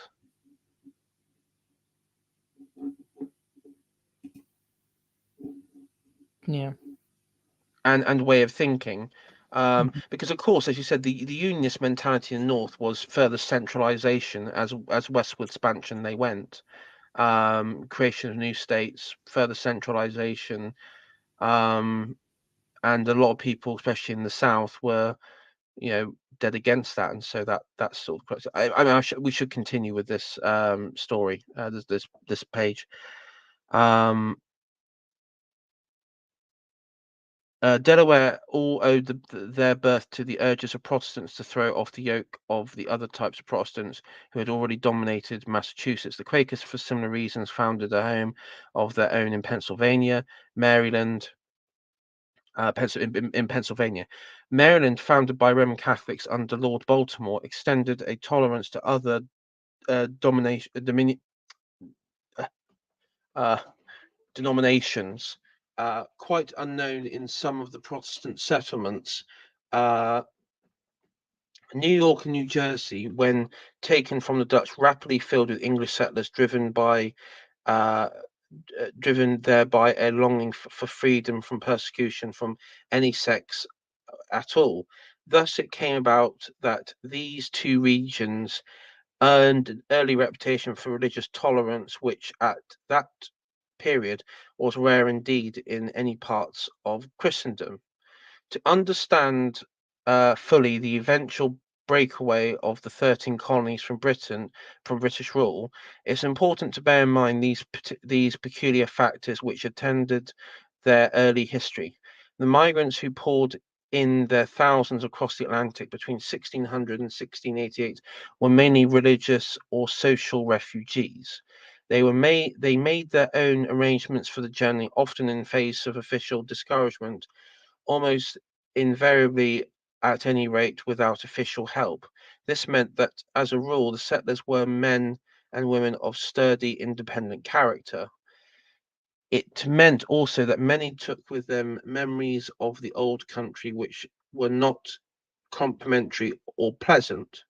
During the years of England's troubles, her plague, um, her fire of London, her civil war, and her temperamental Stuart kings, the transatlantic settlers were left very much to themselves. Consequently, when at last, at the turn of the 17th and beginning of the 18th century, the mother country was able to resume her interest in the transatlantic offsprings, the colonists, um, had already become, in their own outlook, almost another nation, or rather, perhaps 13 separate nations, for they had little use for one another till united by the common quarrel with England. Before tackling that sad chapter in British imperial history, let us study the happier narrative of the Anglo French struggle for North America.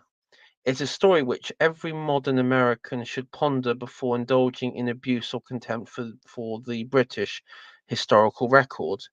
In the early New Englanders and Virginians, if the early New Englanders and Virginians had been left to fight their own battles, it is extremely doubtful whether today such a country of the United States would exist. Whatever nation occupied that vast space would not have been an English speaking nation, but a French or Spanish speaking one. Americans owe their right to be a nation to the British who fought at uh, Blenheim and in Marlborough's other battles, and to the later British troops who took over Quebec and fought Duquesne. Duquesne. Um, Duquesne. Du- I don't know. Du- I think it's Duquesne. Where are we?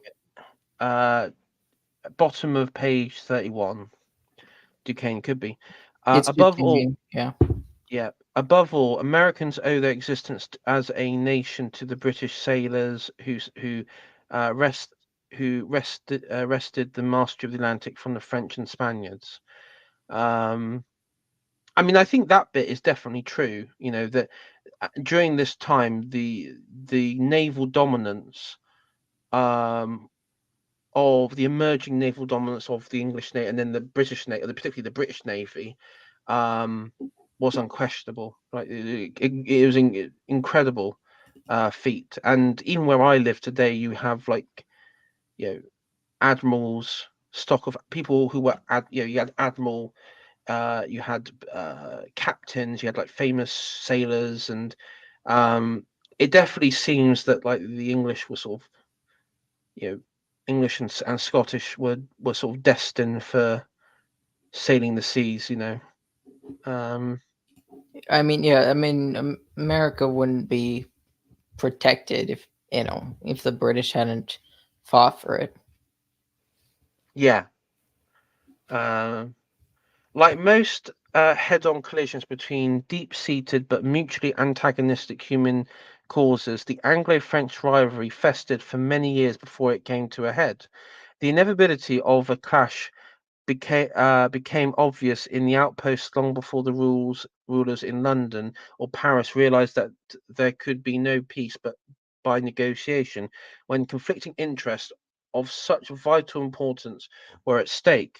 The two home governments, it is true, realized fairly early that serious bones of contention existed, uh, but their eyes were set upon Europe, where questions such as dynastic claim of Bourbons or Habsburgs, or the independence of the lower countries, or the navigation of the river Scheldt, seemed to be the things that mattered. All these certainly were things that mattered very much because, in effect, they raised the question of whether France was to permit wa- was to be permitted to dominate the continent of Europe. But they were mat but they were matters which could be settled, and were in fact temporarily settled by judicious mixture of war and diplomacy. Clausewitz pointed out that war in his day was a continuance of diplomacy by more forceful means. Nations rarely fought in those more civilized days absolutely to the bitter end, till one or both belligerents would face utter destruction. So the concept of total war was first really introduced by Napoleon, from my understanding. The idea that you would have like total wiping out of a nation, you know, and dominance was not seen since really the Mongol ages. Didn't it start before Napoleon with the French Revolutionary Forces themselves? Not, I mean, Napoleon was a general, but I thought they had uh, total war, even, or not, or they had this, massive conscription before in revolutionary France. Um,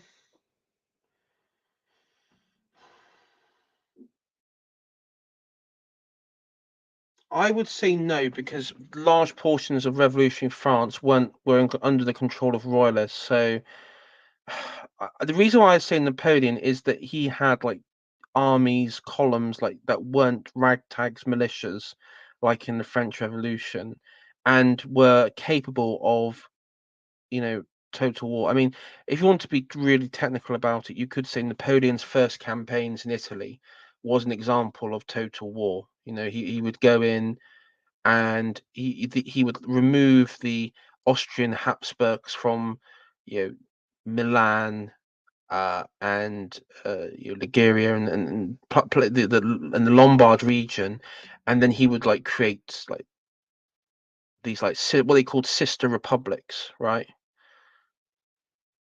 I would say that is like a bit of a form of total war, because you're not like negotiating with the existing leadership, you're just overthrowing them totally.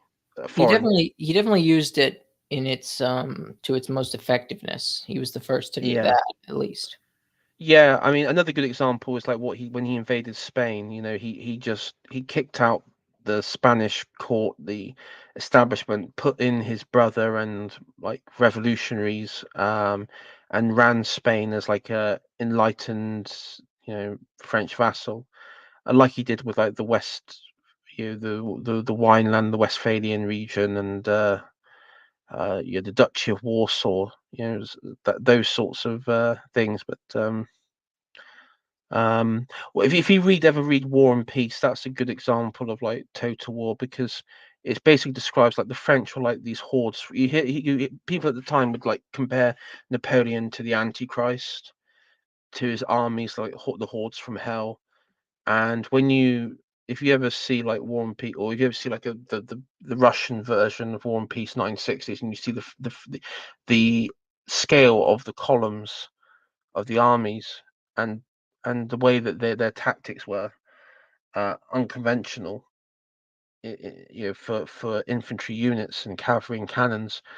It's kind of like it just batters them. Even when they're retreating, you just batter them and batter them, and it's uh,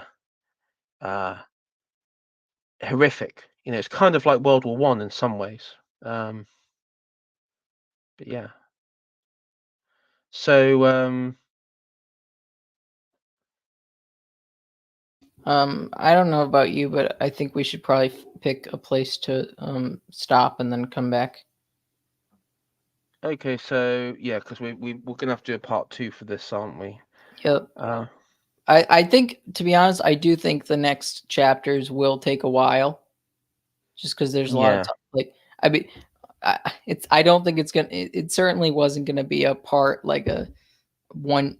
Like the early chapters, of course, is easy to be like that's part. One part, but like the later ones are a lot of stuff. I mean, it's short comparatively, but there's a lot of stuff there. yeah. So if we say that we'll start with page 33 next time, finish with page 32, which is what we're on at the moment, I believe. Um, so it came about that the early Anglo-French wars of the late 17th and 18th centuries ended in peace negotiations, which left neither side exhausted, but left the final issue to be retired. Later, the winner in these limited wars gained certain dynastic or territorial advantages. Provinces or cities were surrendered by the loser as pawns in the long game. Very often, they changed ownership in the reverse direction as part of some later peace treaty, but regards as a series of moves in a huge chess game, the combined result of all the fighting and peacemaking was the achievement of Great Britain's long-term aim to prevent France from becoming so strong on the continent that she would be able to force a passage of arms across the Straits of Dover. Among these limited wars can be listed the following: 1689 to 1697 issues mainly dynastic, i.e., French kings' persistent support for the Stuart cause, fought mainly in the Low Countries with French-backed rebellions in Scotland and Ireland, Battle of Killiecrankie, Londonderry siege, Enniskillen and the Boyne. In Belgium, Stenkirk, Landen, and the storming of Namur at the Sea of La Hogue. Um, the war ended in negotiating treaty of Ryswick, 1697, which gained for British important dynastic terms, but no territorial gains. The importance of overseas possession was as yet hardly considered at all.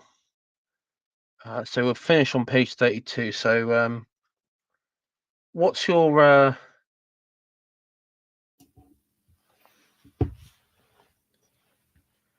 overall on this particular portion of the chapter? It it just sort of. I mean, it's a good summing up of the events, but I think it's hard when there's just so much going on and um, a lot of details sort of brushed past, if you know what I mean. I think what's quite interesting is Richard Hilton takes the position that because like Protestant sects were quickly rushed, they were allowed to go across into the 13 colonies or the Atlantic, the east coast of the Atlantic in North America, which then formed into 13 colonies. But then there was like breakdown of harmony between the Protestants, and you had these various sects which then moved around to get away from each other with Yeah. no government oversight, no, you know, laws to basically govern. Because the reality is, if if you have in all other examples when you've had like zealot priests or zealot movements which have tried to you know interfere with governance, it usually involves a king or emperor clamping down hard and you know impaling or burning a few at the stake, sort of. You get the idea. Yeah. Yeah, no, um I think you're right. It's interesting because it goes to show you how the English didn't really care too much about the no, colonies. and the thing there is that he Hilton sort of he sort of says, well, he's kind of saying, well, the Stuarts should have like paid more attention, because then when there was that attention did go towards the colonies, like under William of Orange, they realized that the colonists there were, you know, uh, time had passed that they sort of were not ungovernable, but they weren't the same people as they were in England, because they I were mean, like several generations down the line at that point. But sending dissidents to govern themselves. yeah, it's not a good idea, is it? It sounds like the worst idea you could possibly have if you wanted to maintain control of that piece of land.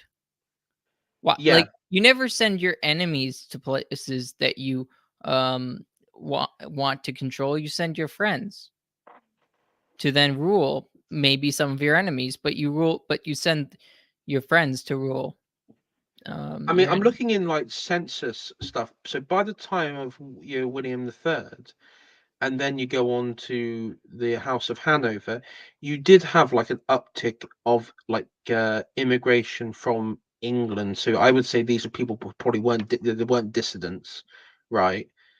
But um, even still, it by the time of the revolution, they estimate that like 40% of the population in 13 colonies were, patriots, and that's not including like the die-hard patriots, people who were willing to, die for the cause. And then you had like an equal number of loyalists. So, and then you had like a percentage in between who didn't really care. It's like, I mean, could you imagine if you're like that a farmer, in Valley Forge, and some like Washington's army turns up, and what are you going to do? Turn them away? Tell them to get to do one? You won't be in a good place if that happens. Well, yeah, and then like the same if you're like a farmer in the Carolinas, and then like Cornwallis turns up. I mean, what are you gonna do? No, go away. So there's kind of like that. Well, I that's think kind for of me, opposite anyways. The South was much more favorable to the crown, yeah, yeah, yeah, that's true. I and mean, the it was North was more rebellious. Again, because you have, I mean, the Anglican, the like the Anglican slash sort of the remnants of Maryland and stuff like that. Like they had reasons to be loyal. yeah. I mean, New Jersey was like a hotbed of Tory militias as well. You had like these really like various Tory militias. Was that because Uh, they were colonized later? Yeah, there was I think Richard Hilton actually mentions that like during the time of William the Third, towards the end of his reign, you did have like a lot of immigration to what was it, New York, Boston, and particularly New Jersey. Oh, no, it was New Jersey, New York, and Connecticut, but mainly New Jersey. So a lot of the people who were there were probably, you know, more English than, that they were quite new colonists. So maybe that explains why. Indeed. Yeah. Um, but I mean, it's quite interesting. I mean, I'm enjoying our conversations about this stuff. Yeah, I am as well. One thing that's quite interesting, I wasn't really sure. I'm just interested by Richard Hilton's point of like, the he's sort of just saying like the Stuarts messed up, and that one I wasn't even really sure like how involved the Stuarts were. Like from my knowledge before, I knew they weren't really that involved in any of it. It didn't really come to a head till um, you know the start of the 18th century. Well, I But mean, to be honest, you also do. I mean, you got Anne. Anne counts as a Stuart, yeah, true, true. so Um, she probably would be the turning point or yeah, part of she the turning point. But then at the same time, he does contradict himself because he said, well, actually, the Plymouth colony was sort of helped by um what was it, Well, James the you First. could argue that Maryland, even though you made. I mean, I think the Catholics shouldn't have allowed tolerated other like random Protestants. That seems a bit like a bad strategy if you're going to create a land for Catholics. But even if you're against the Catholics getting their own land, they were getting it as basically a royal gift. So by that standard, they had a reason to be loyal.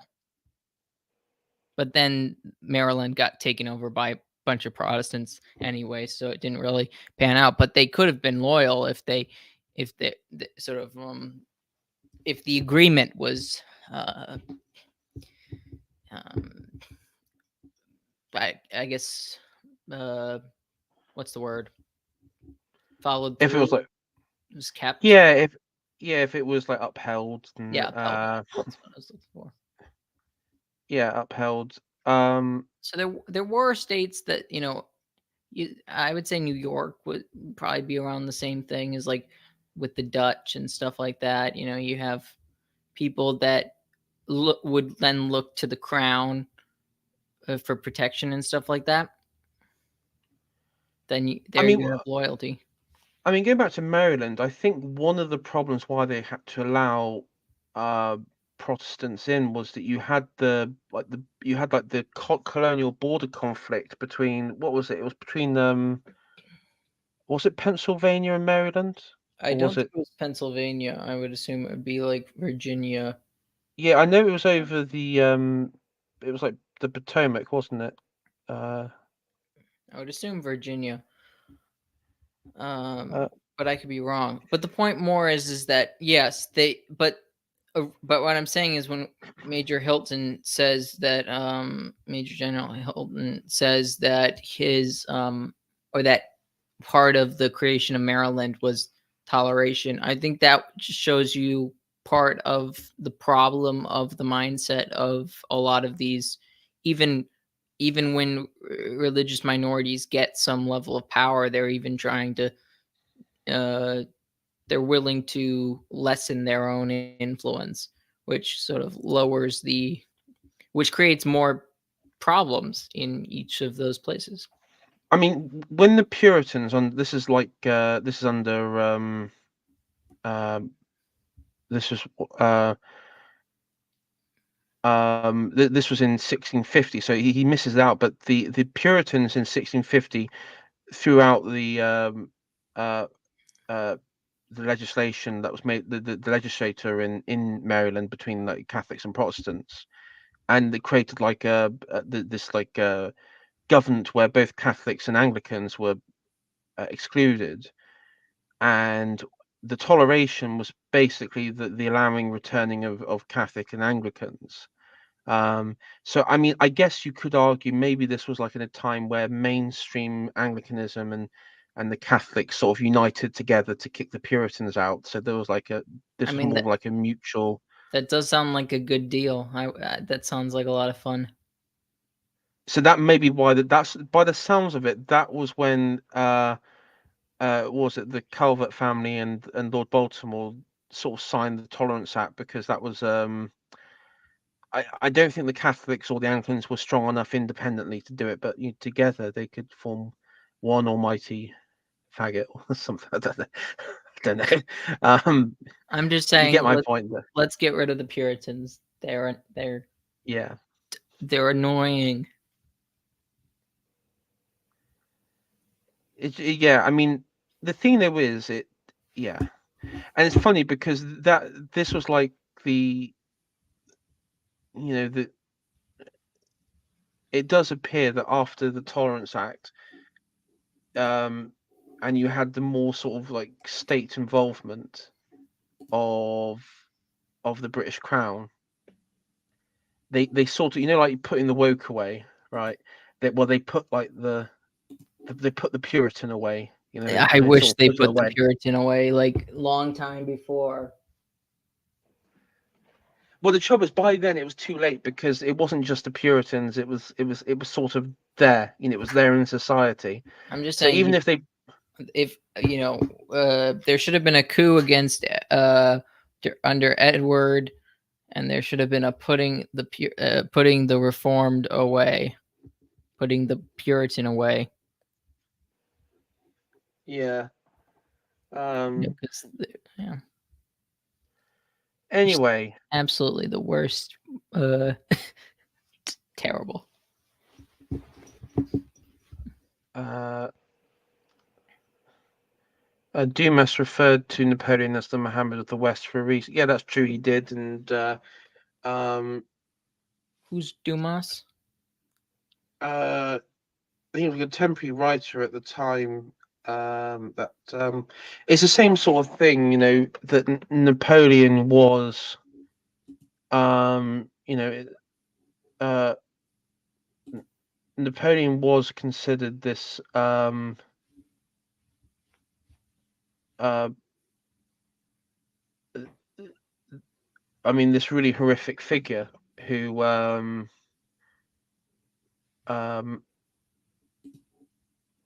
up until 1812 at least was considered unstoppable.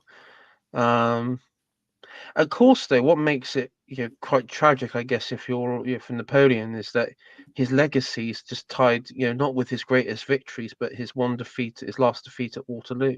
Um, I would say also the whole, propelling liberalism on. well, I mean that bit's been forgotten to the most people in most people's minds. They Well, that's what most I people.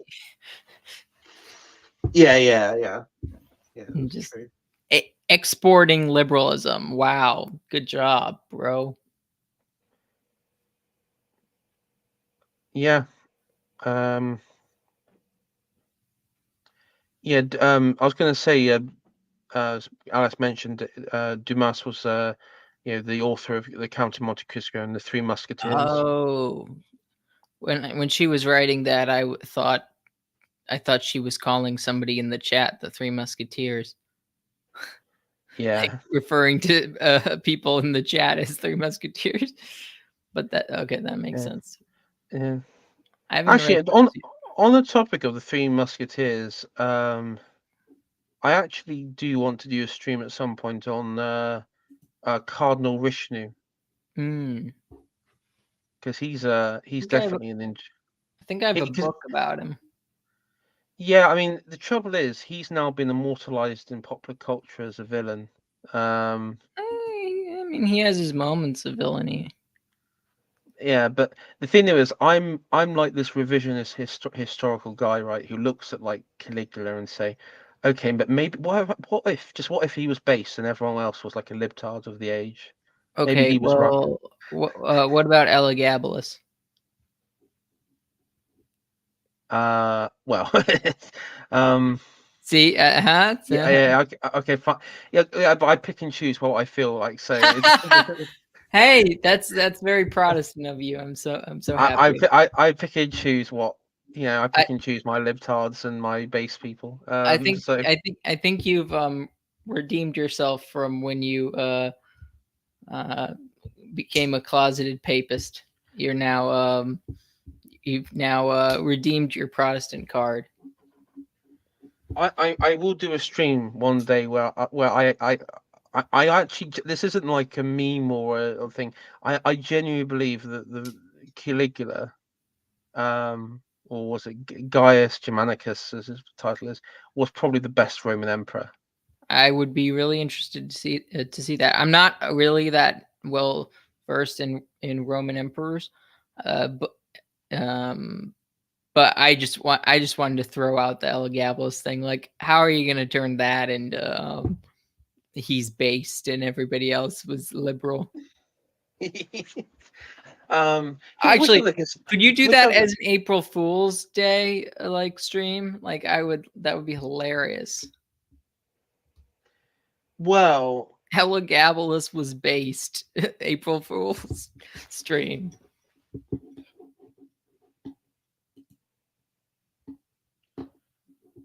uh I guess Get I could, get like a but bunch of people to do it too, like get AA on and Apostolic Majesty, like, and just you guys can just like, I don't know how you do it, but it would be really funny.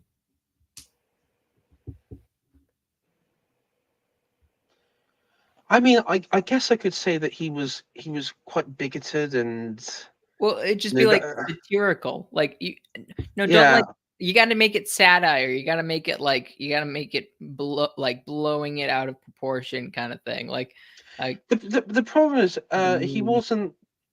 I mean, he was quite an incompetent emperor, so I can't really. that's what I'm saying. Just kind of I like satire. It's gonna be satire. It can't be. yeah. It can't be No. truly based in history. It has to be a joke. Yeah. I mean, what other? I'm just trying to think of another unpopular ruler like the Timurid. You know, the the Timurid Empire. He Ooh, was what about secretly based. Alexander the Sixth, Uh the Pope? oh, the Pope. Oh, the Borgia Pope. Yeah, you could make an argument. Oh yeah, I could. Yeah. I could make an argument too. I mean, I could. Yeah, definitely make an argument. I could. I mean, that one's quite easy to reverse though. Um, Yeah, well, especially with looking at the pansy ass people we have today, it's really easy to turn that one around. yeah. I Like, mean, the like, thing there is with that, because of course the big thing is not really him. It's like his son and daughter Cesare and Lucrezia. That's like the that's like the sort of im problem. The thing ooh, there is, I was don't. Alexander the Sixth a boomer? Was he a boomer?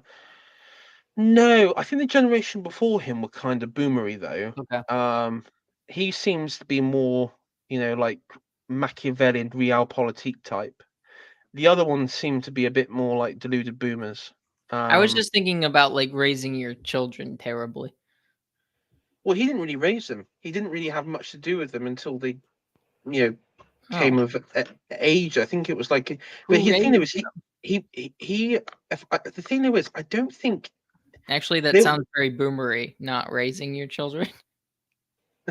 No, it's that well, it was normal. It was quite not like in this country That's what I'm among the saying. Like, aristocracy that when it was the wife and the midwife would raise them. It was quite normal.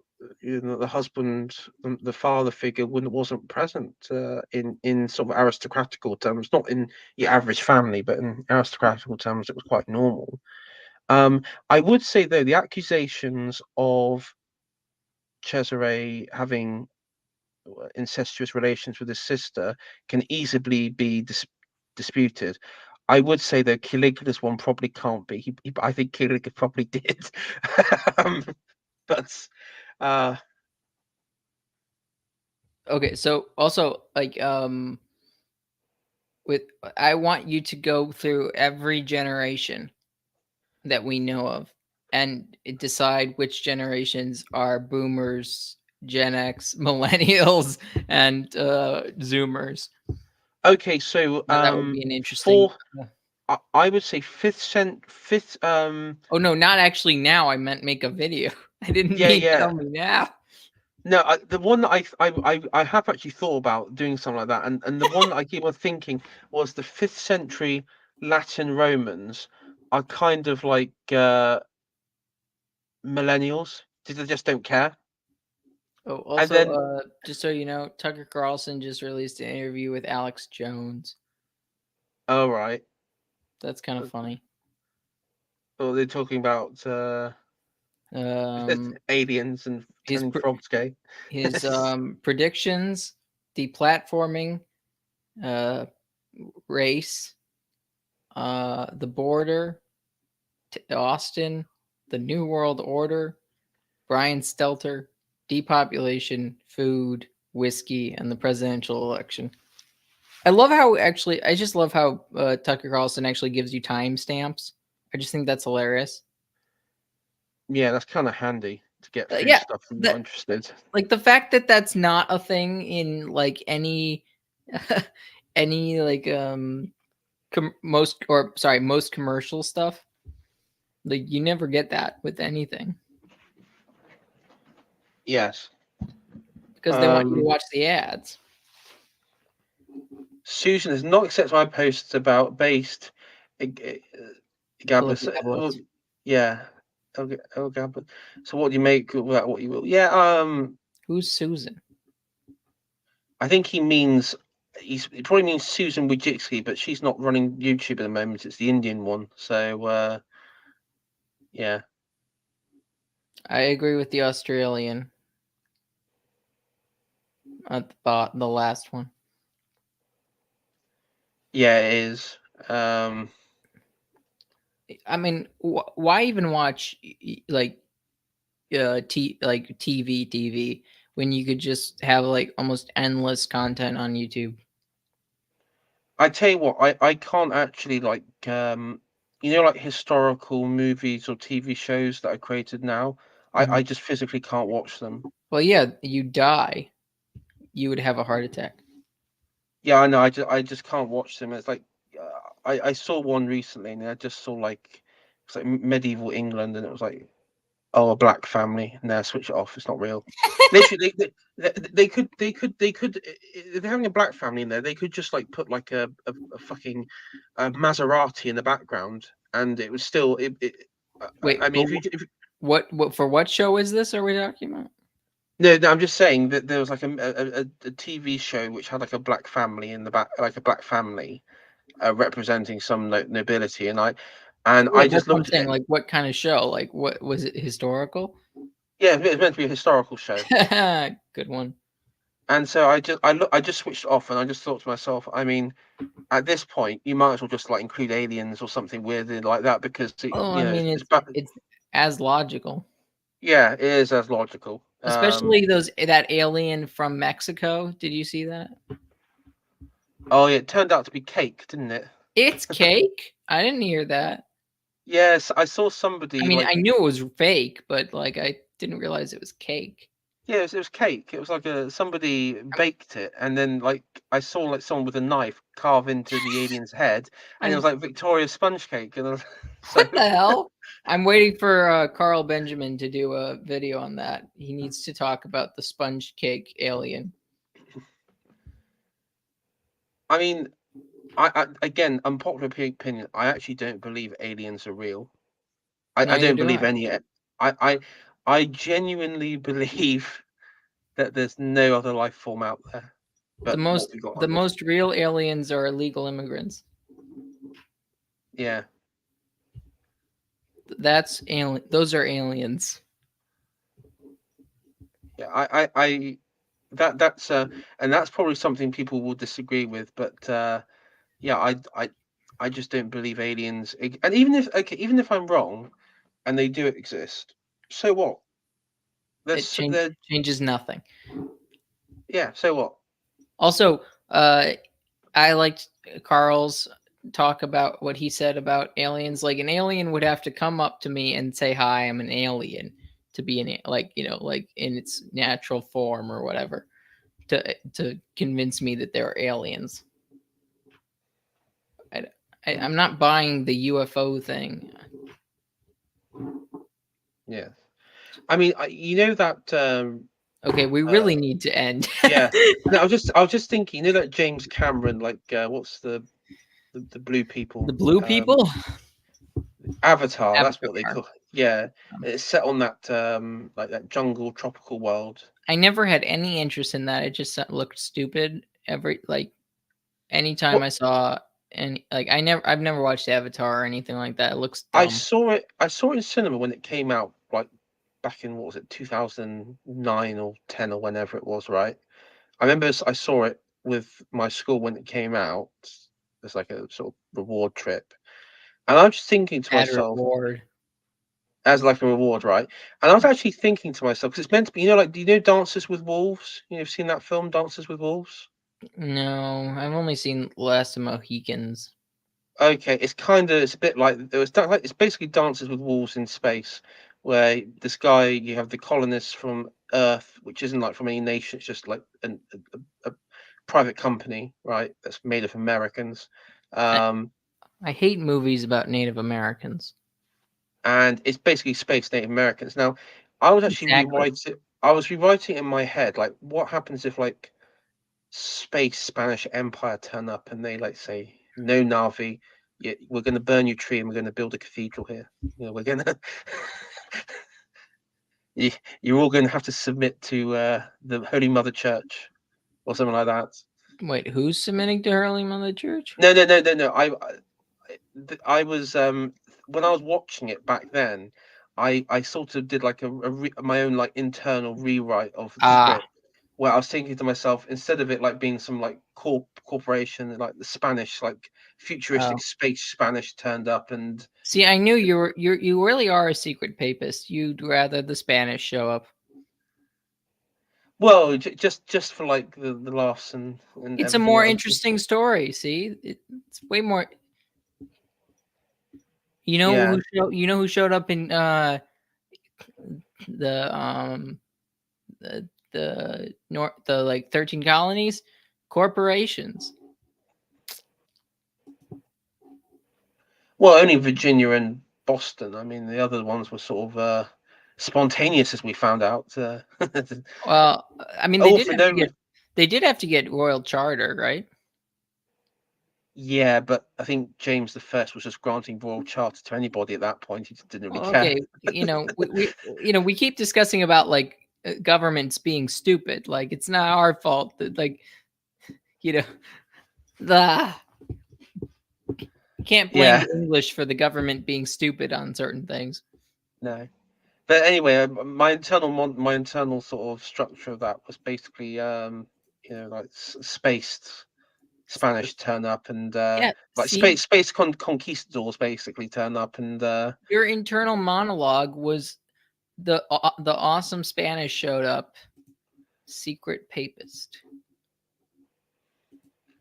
well, as I say, I'm someone who likes the solar thing. It's not so much.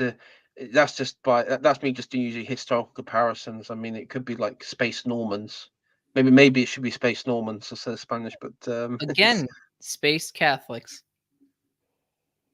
well, they weren't Catholic originally when they when they The, arrived on the European scene. But yeah, I get what you mean. the Normans, the Normans known as Normans, were Catholic.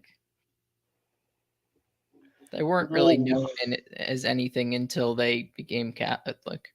Yeah, fair enough. Like, I on mean, that they part. literally like took like uh, southern Italy away from the Arabs single-handedly. That was pretty epic. Yeah, they berated the native Greeks for allowing themselves to be conquered by such an inferior race as well. Yeah, I've See, got a book of there them bits. see, But you're in love but with the Normans. but no, it's the sort of bio spirit of the Germanic people it's fascinating. But I mean I that's how think I think that's just cope, I don't think it is. I don't think it is. cope and Uh, seethe. I, anyway, should we call it it's coming to nearly half an hour now, 2 hours of famous. So we'll call it a night. Thank you everyone for um, coming tonight, watching this. We'll do a part two of this chapter and we'll finish it. Thank you, Alice. Thank you, Australian and Bilbo and Rory, who was earlier on in the chat. Thanks for turning up. And I will, if I've missed anyone out on the chat, I apologise. But oh, Arlo as well. Yes, Arlo turned up. So thanks for all turning up, and I will see you all next time.